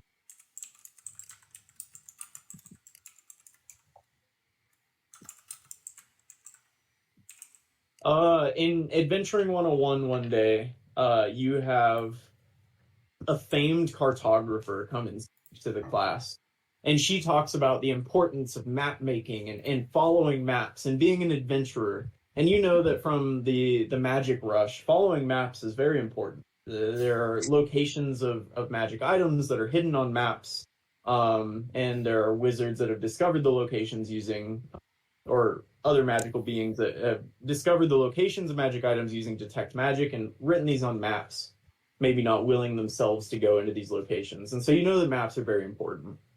After the class, you decide you kind of want to get in on this action and you try to schmooze the cartographer. Can I get a however you would try to persuade the cartographer to give you information, whether that be persuasion, yeah, that makes sense. Any questions? Yeah, so you spin a tale about a dying relative and a need to find a map of a location, and you really do a wonderful job of this. And you now have a map of Nairn in your possession that reveals 2 areas that have magic items identified from the Magic Rush, and we'll provide that to you at some point in the future. Just don't let me forget. Add it to your character sheet. I put it as map of Narn with 2 magic item locations. Yep. Cool. And so this is a good example. So whenever we pass time, we'll have you guys roll D100s. Random shit will happen, and you can get something or lose something. Additionally, if during that time you decide you want to be particularly studious, you can study and potentially gain bonuses to your testing rolls at the end of the semester for electives. Or if you want to practice a skill, say Mog, you want to practice your blacksmithing, you can practice that in particular and potentially gain benefits to your blacksmithing or any other kind of like tool proficiencies that you'd want to work on, say better at cooking or something. You can work on skills that you'd like to. So yeah, whenever we pass time, we'll do that. And so after this few weeks, you've kind of gotten settled into the groove of school. And one night, while you're all in a dormitory. You all have your own rooms. It's a nice setup. You all have your own rooms, but it's a large, huge building. Or no, sorry. It's like you kind of have like groups of people in the same room. It's kind of Harry Potter-esque. You have like the houses, and so you guys kind of have like groups of various students in like larger housing units. One night, Asheen, as you're sleeping, you're kind of gently nudged awake. And standing above you is a massive shadow of a being. Huh. Asheen?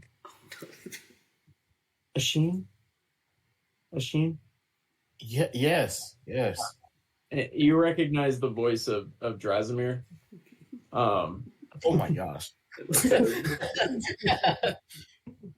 Yeah. Hey, man.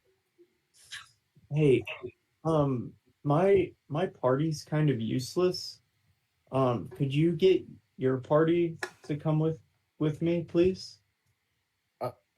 Huh? I found something. There's something really cool, but you should get the party and I'll tell you about it. Okay, dude. Give me a minute. Yeah, give me a minute. And I'm gonna wake up and try to get everybody up. Yeah, Draz will kind of go wait out in the hall, and you guys are in like basically your dorm together. And you can like go to everybody's area and wake them up. Yeah. Yeah, I will wake up and I'm so down to help. Mog kind of like drags across the floor. But yeah, he's there.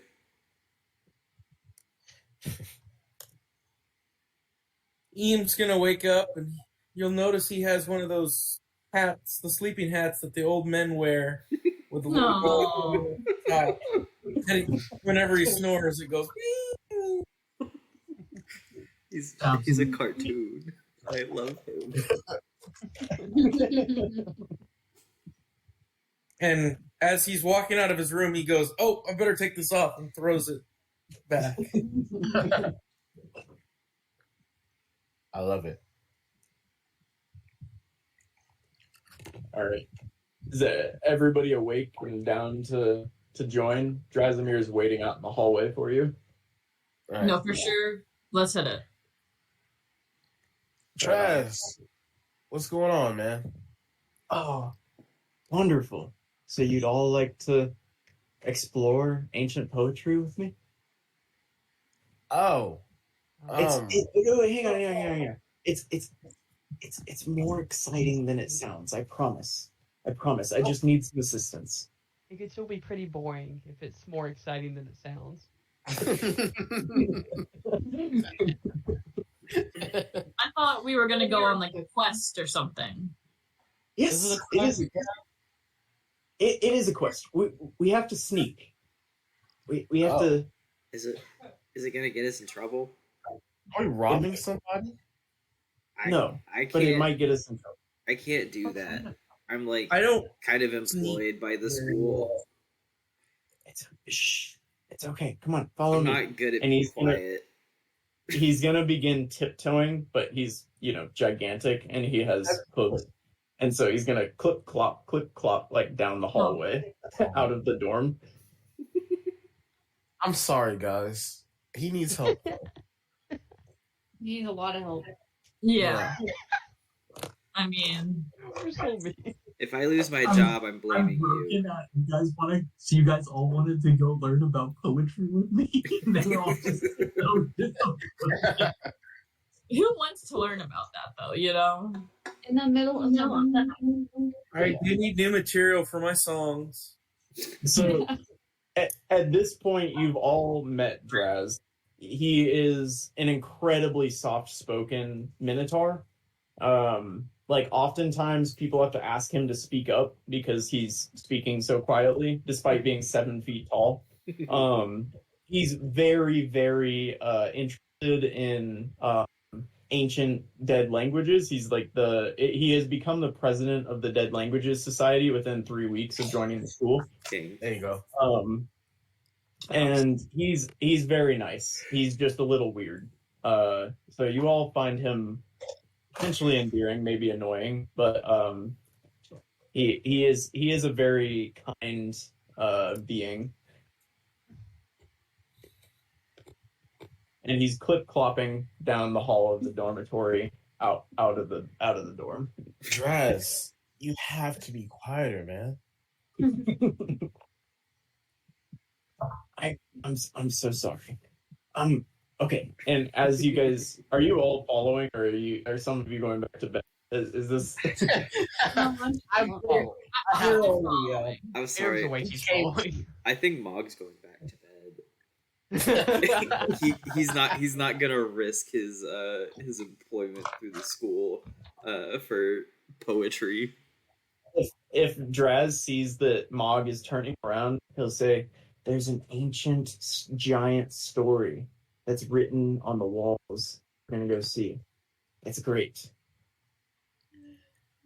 Honestly, what are we gonna do? Get in trouble and then they're gonna get mad at Draz? As long as they get mad at him and not me. And then we'll get off the hook. We're gonna be okay. We'll definitely blame Draz if anything goes wrong. I trust Cass more than No anyone, one's so gonna I'm get mad going. at Draz. I'll hide in front of you, or I'll hide you behind me. How What? is Draz like Also. stick thin for a minotaur? Or is he's normal. He's like an unathletic, neutral, like width. Okay. I was He's kind of like, hoping you know, he was he like was- small because Mog is very wide, so I want him to Oh. I want his shoulders to like peek out from the sides of his legs. Yeah, no, you always see like buff minotaurs. He's kind of just like a normal dude. Like if you gave like a normal middle-aged like dad, that's Draz's body, but the bull head. That's rough. Mog will turn back around and join the group again after Cass convinced him. Draz will give a like.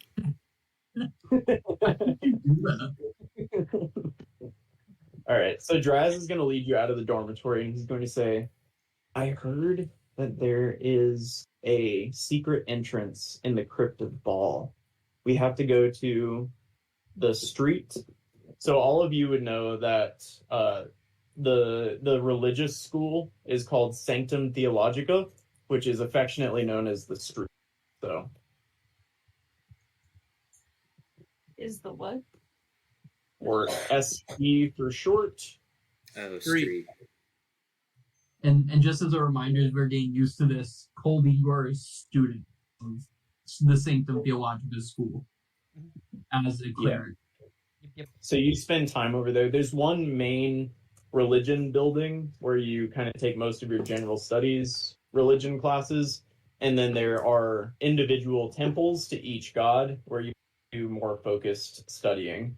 And so Draz wants everybody to go to the Baal temple, where there is a crypt, and he says that there's a secret entrance to a some kind of dungeon where you can find ancient literature, poetry on the walls. Is everybody into this idea? Do you have a map? No, I've just heard of it. Is he okay? What's wrong with you? Like, okay, if we've known him for a little bit now, is he acting any different than normal, or is he just like actually this sight? Give me an insight check. Okay, I got a +2. Ooh, 21. Yeah, it just seems like he's excited. Like Okay. he's really like psyched that that he heard of this thing, and he's like, he really wants to go check it out, but he's kind of scared to do it on his own. Okay. You know, if you're too scared, we'll go with you. And he's gonna kind of lean down and like take your hand. Thank you so much. And he's gonna smile at you and look you in the eyes for an uncomfortable period of time. Don't touch me.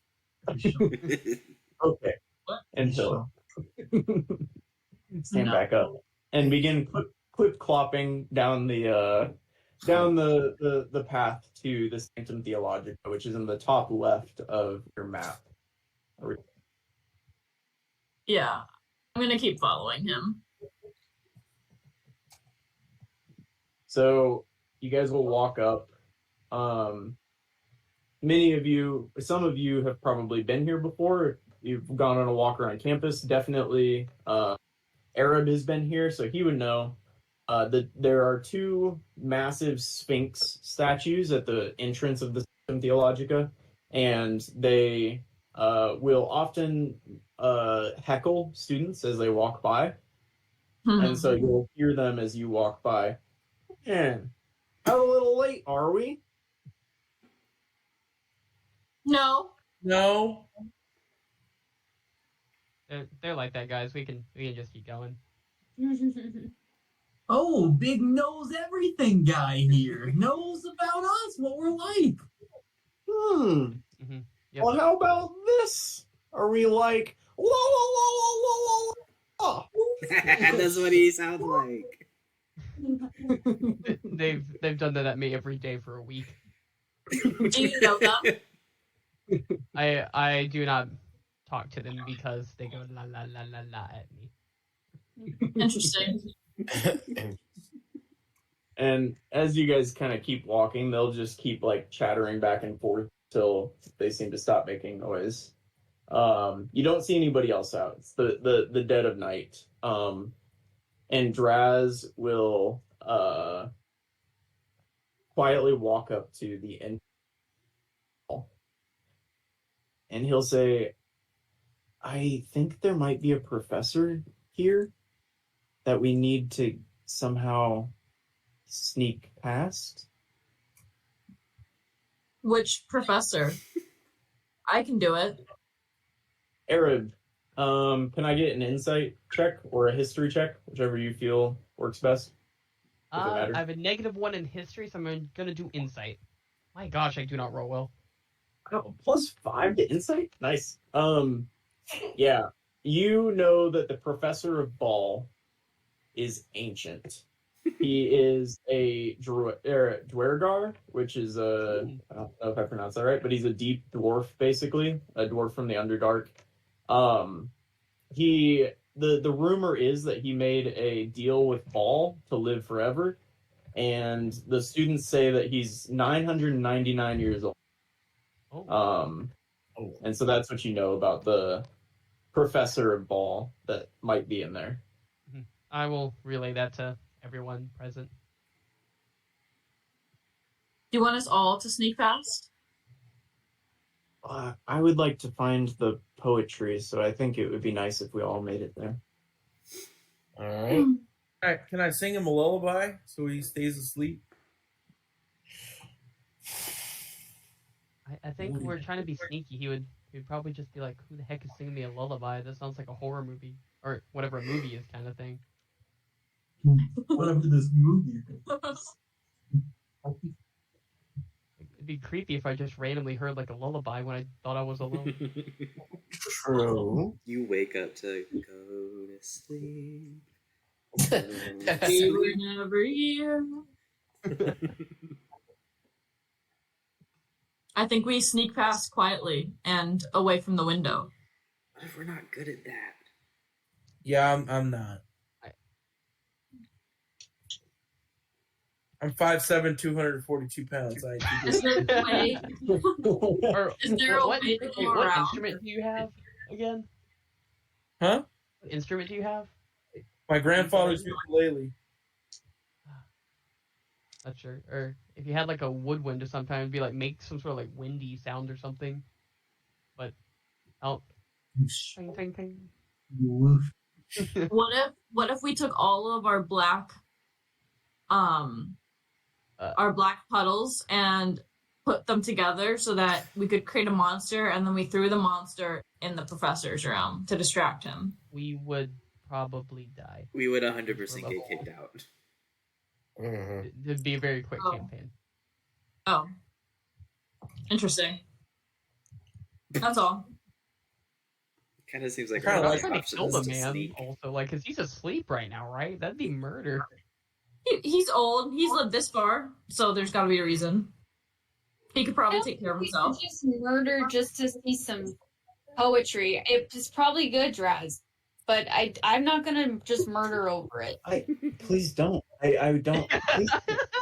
Please. Are you seriously considering that? No, Please. we weren't going to murder him. I was just saying it would distract him. Oh my god. Murder is And it would very probably distracting. call police if he could, or What is the police? I don't And know, and I You don't want keep to find saying out. these words. We're trying to be And- sneaky. Draz is gonna he's gonna push the door open a little bit and kind of peek inside. Can I slither in? Yeah, totally. Your Cool. feet walk. Well, I mean, This is I'm not actually slither in, but like Covered in nails. slink. There, that's a better word. I want to Disgusting. I want to slink I'm in with and just that. kind of like scurry around a little bit, looking for the Yeah, the can you professor. give me a perception check as you enter the room or enter the temple? Ooh, 19.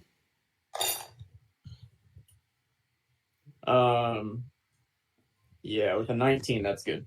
Yeah, you see sitting kind of on the right side of the room. You enter into an entryway, and on the right side of the room, you see sitting there, straight up, very nice posture, in like jet black robes with a hood pulled down below his nose, a professor who's just sitting there, seemingly staring straight forward. I'm just gonna Oh. point at him and look back towards the others. Draz is gonna kind of hold the door open for the rest of you. Is he awake? One way to find out. Eric will just put his fingers to his lips, and I guess he'll start trying to sneak past, I guess. Ashin's gonna Yeah. cough. Bro. Does he move? He kind of, when you cough, he kind of stirs a little bit, and it seems like he kind of starts turning his head around the room. There are places to hide. And he has a cloak completely over his nose. There are in the entryway a couple tables that it seems like maybe somebody sits at whenever there are services or something. But there's not a whole lot in this room. It's an entryway, and then there's a small stone archway that leads to a room behind where you are. But the room itself is maybe 20 feet by 20 feet. It's like decent sized. But he just kind of like sits there and he looks back and forth and then kind of settles back in off. And then Ashin's gonna turn around and be like,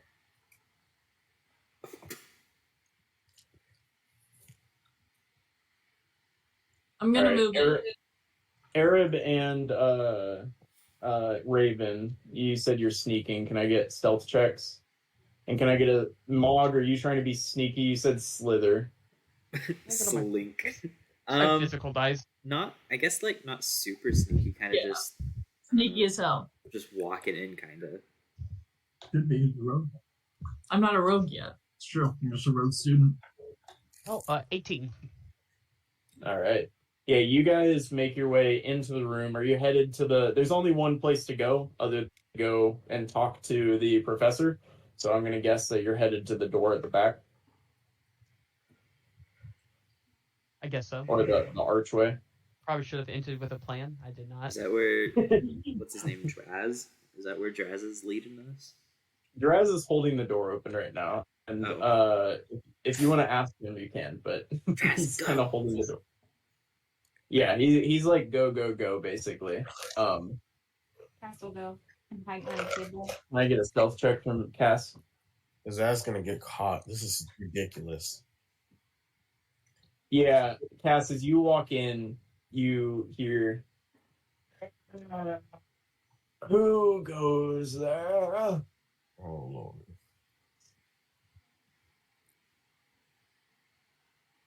And with the silence, he will sit back in his chair and continue sitting back as he was. And Cass, you can make your way to the doorway. Okay, cool.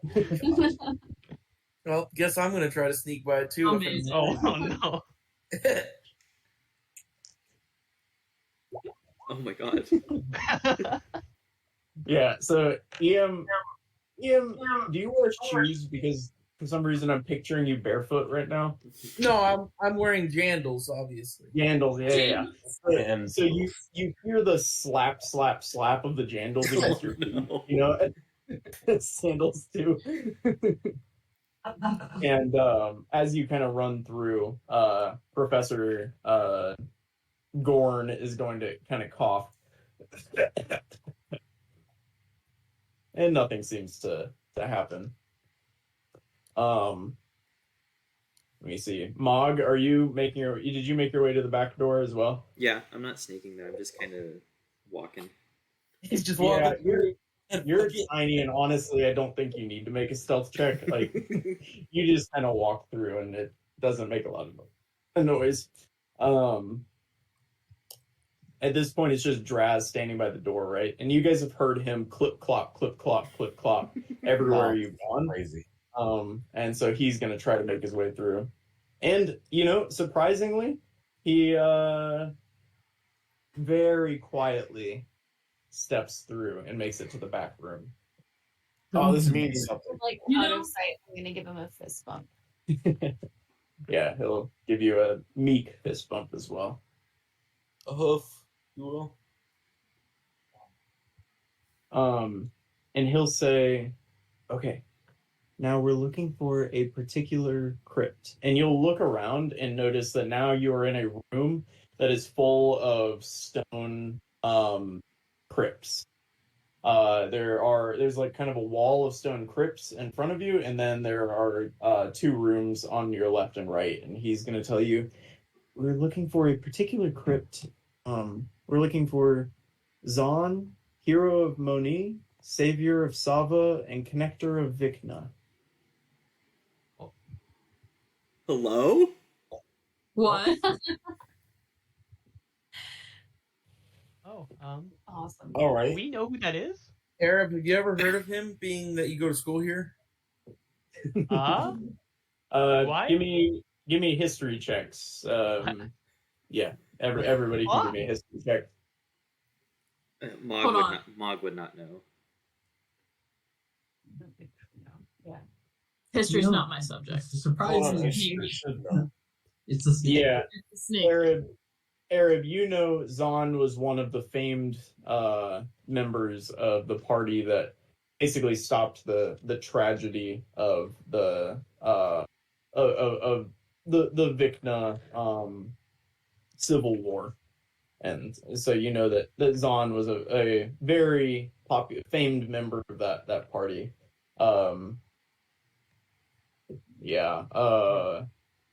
Draz doesn't seem to know Zon specifically, but he knows that that's the crypt that they're supposed to be looking for.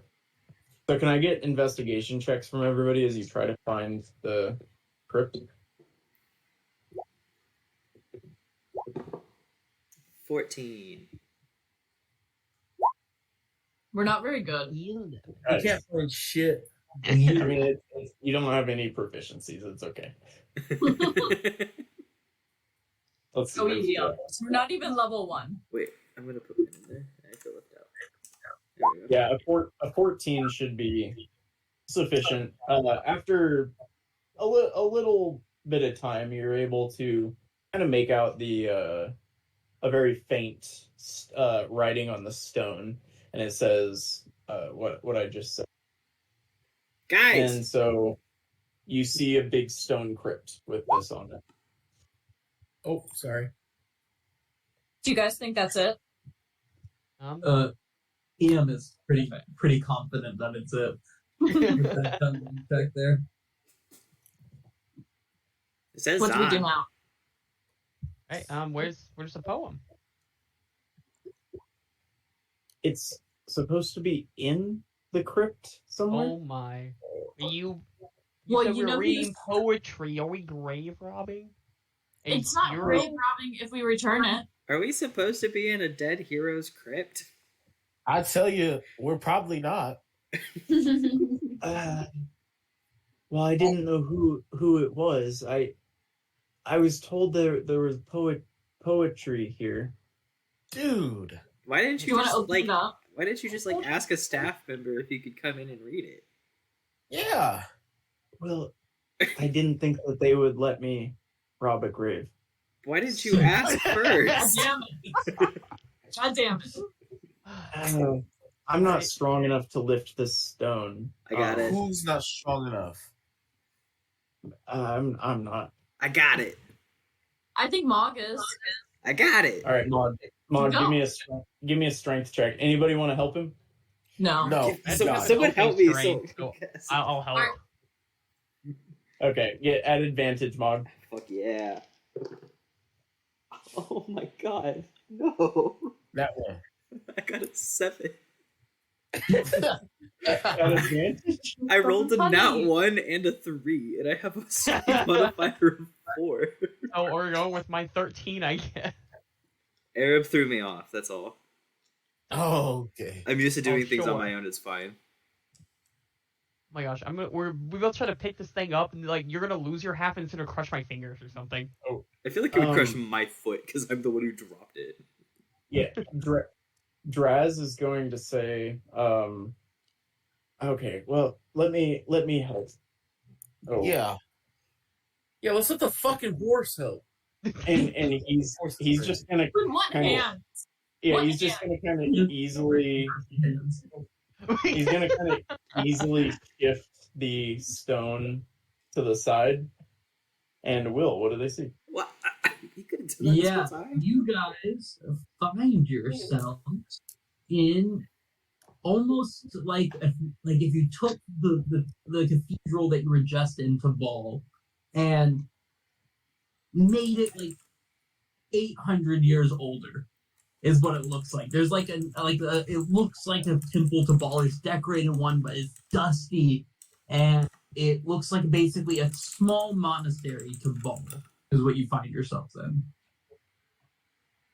And can I have a perception check from everyone? Perception. Jesus Christ. Oh my god, 9. Oh, Dang it, boy! Thank god, I got a 9. Thanks, Colby. Atta boy. Arab is perspective. He's apparently fails everything else, but he can see stuff. What'd you say, Big Mog, that you got? 9. Yeah, you guys search around for a little bit, and in the end, you do find a little piece of poetry, but it's written in a language that. Wait, what languages do people speak? A lot. Common, Tabaxi. Elven, Dwarven. Or Common and Elven. Dracon, Okay. no, Giant and Dwarven. Okay. Common, Gnomish, Orcish, and Undercommon. Damn. None of you guys recognize the language of the poem that's written there, but Draz is pumped nonetheless and starts just recording it So, on a piece of paper. Can you read? out or of my he said languages, because I spent time with so many people, do I understand or have any guesses? Like, I can't read it. You can ask Draz, right? He's in the Dead Languages Society. Draz, or what does it say? We can't read it.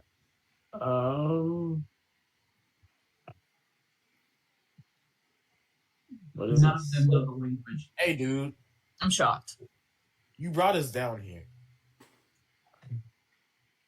I'm almost certain Draz doesn't know the language either of this. Dang. Do any of us have any idea of what it could possibly be? Ballpark? Roll me history checks. No. Nat 20. Ah, Okay. Nat 20! They got Nat 20! a bunch of y'all are getting that 20s. I'm not even gonna roll. See it. oh my God. I am a scholar first. Mog is not. We He got just 3 got scholars. lucky. Yeah. This is a language that, for some reason, Ashton, Raven, and Big Mog have heard about. This is actually a language. You guys know how rogues have the it's like a pseudo language just for rogues to talk to other rogues. This is a language similar to that, but it's one that was actually used by monks a long time ago. Monks for churches that have kind of dissipated over time. Mormonism? This kind of not more. This is kind of like a monk's way of writing common. So words are different, meanings are different. None of you speak it, including Draz, but all of the 4 of you guys recognize it. Interesting. Draz. Draz is going to begin using a charcoal and a piece of paper and kind of you know how you can shade over writings on stone. He's going to start doing that on his piece of paper. I give him my big charcoal block. And then he hides his golden plates in a hill in New York for someone to find later on, right? Yeah. That's the whole thing. Can Same I thing. ask Draz who told him this was here and why they told him? You can ask anything, bud. Draz, I who told you this? I was in the library and one of the library helpers said that it was here. I work in the library. Would I know? In hindsight, I'm not certain who told me. Huh. What? All of a sudden, a sharp, unpleasant sound that sounds almost like nails on a chalkboard or a blade being just scratched into rock. Just here, you see this sound just almost from underneath you. Oh. And as a little time sits, as you're kind of figuring out what it does, it happens again. Just underneath you. And Time to go. Is this Time to Zon? go. can I have a perception check from everyone? Just like Are we gonna fight dead Zon? I don't want to do that. Oh, 5. Okay. Thank you, Arab. Arab really rocking out. Arab kills perception checks, but nothing else. Yeah, Arab, you seem to be the only one picking this up, but between times, and that sound is almost happening non-periodically, but it seems to happen in pairs. Like you hear one, a short time later you hear another, but then it takes a minute before you hear any more. But you actually hear just a deep hum sound. So, but it's so low that you more feel it in your chest than you actually hear that hum in between scratches. Everyone almost kind of feels this vibration in their chest, just around you. I think it's time to go, guys. You got it down, Mog? Or not Mog, Draz? Yes, I have it. We'll go to the library and check it out. Let's maybe get out of There's here. a very faint bit of black smoke pours out of the corner of one of the rooms before dissipating. Let's go. Arab is leaving. And as you guys climb up out of the crypt, you are standing there face to face with 2 people. First being the professor in the cloak there, the other being a tall woman, with very plain features, brown hair, this kind of graying, and she says, "You, 7, are in huge trouble. Especially you, Mr. Amel, a student of the Sanctum Theologica, no less. Detention now, until..." And that's where we'll cut it off. And What? real quick, can I get or I'm just gonna say, Arab, you would know that the person who just caught you is the department chair of religious studies, a Dr. Meredith Goldwind. There we go. Good person to piss off. Sounds like. Golden representation. I appreciate the name ending like dedication. Oh no, Wait. Ian. Is that Dazeth and Geth. Marshall Geth? Yep, that family at least. And there's more because there's also Beth, Gareth, and then Colby's son's name or Dazeth's son's name.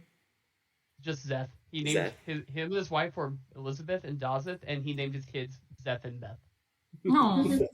And then there's Geth, and then Geth's dad's name is Gareth. That's so sad because he'll never see his family again. And it's You our fault. They know who Laurel was, and he did no maps while we were together, and he did them later. No, He wait, doesn't make it that's back. that is a great point, actually. No, man. No. See, he did all his stuff before he got there. Like, he made all the maps beforehand. Yeah, That's what happened. He was with y'all. He took a little hiatus. Because what? It was a year, right? He took a year hiatus, but he already made his maps before then. Hey, So I got maps right now of the New World and the Old World. So Larry probably made them. Yeah, because didn't they say earlier he made maps of the whole world, and part of the world wasn't discovered when Atros was a thing, or when we were in Atros. Yeah. That would imply Hashtag Lord. they made their way out. Hopefully. I hope so. Yeah. Where's Aerith? Where's it? Where is Aerith? Bum, bum, bum, bum. Probably in a portal somewhere. Lost forever. Maybe he's in like a different plane and he's stuck there. Imagine that happening. How Hear sad me that out. would be. What if the plane they're in doesn't allow them to age, so they're just the same age, and we get a chance to meet them face to face? That'd be fantastic. Yeah. Mog would like- 100% deck fathom.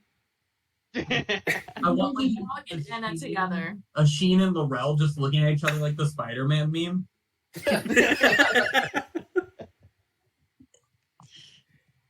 Well, that was session 1, you guys, and we're back again next week. 4. I'm I'll be enough. excited. I like this campaign. This is already so fun. We got Yeah. we got fucking Laurel and Zahn name drops and the Goldwyn family name drops in the first fucking session. I'm so excited. Yeah. Yeah, we had to. I like the theatrical experiences tonight. I felt like we really stepped our D&D experience up. This is where we make our D&D playing a career, right? There you go. There you go. You guys You guys I'm not can trying to teach you get stuff. rid of those useless PhDs and whatnot and become D&D players. Bro, chemistry is not helping me write stories.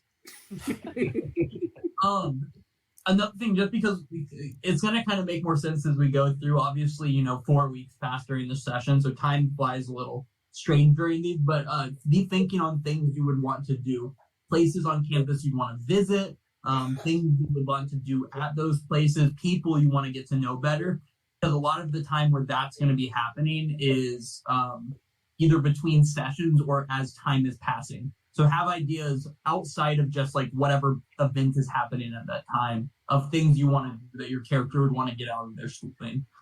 We can always even have interactions with the clubs that you're doing. You have things you want to get out of it. So keep that in mind. Sounds good. Cool. I'm so excited All right. for this. Oh, Great job. Yeah, we will. If you haven't sent your descriptions to Marshall, do it, or he will hunt you down. I got the last one today. Don't worry. Worth it. The last one wasn't me. So, Tristan, I have your guy sketched up with a couple of different options, so I'll be sending you those that way your way in a day or two. sounds perfect. All right. Bye, y'all. Everyone say bye to the Bye. recording. Bye. Have a good night.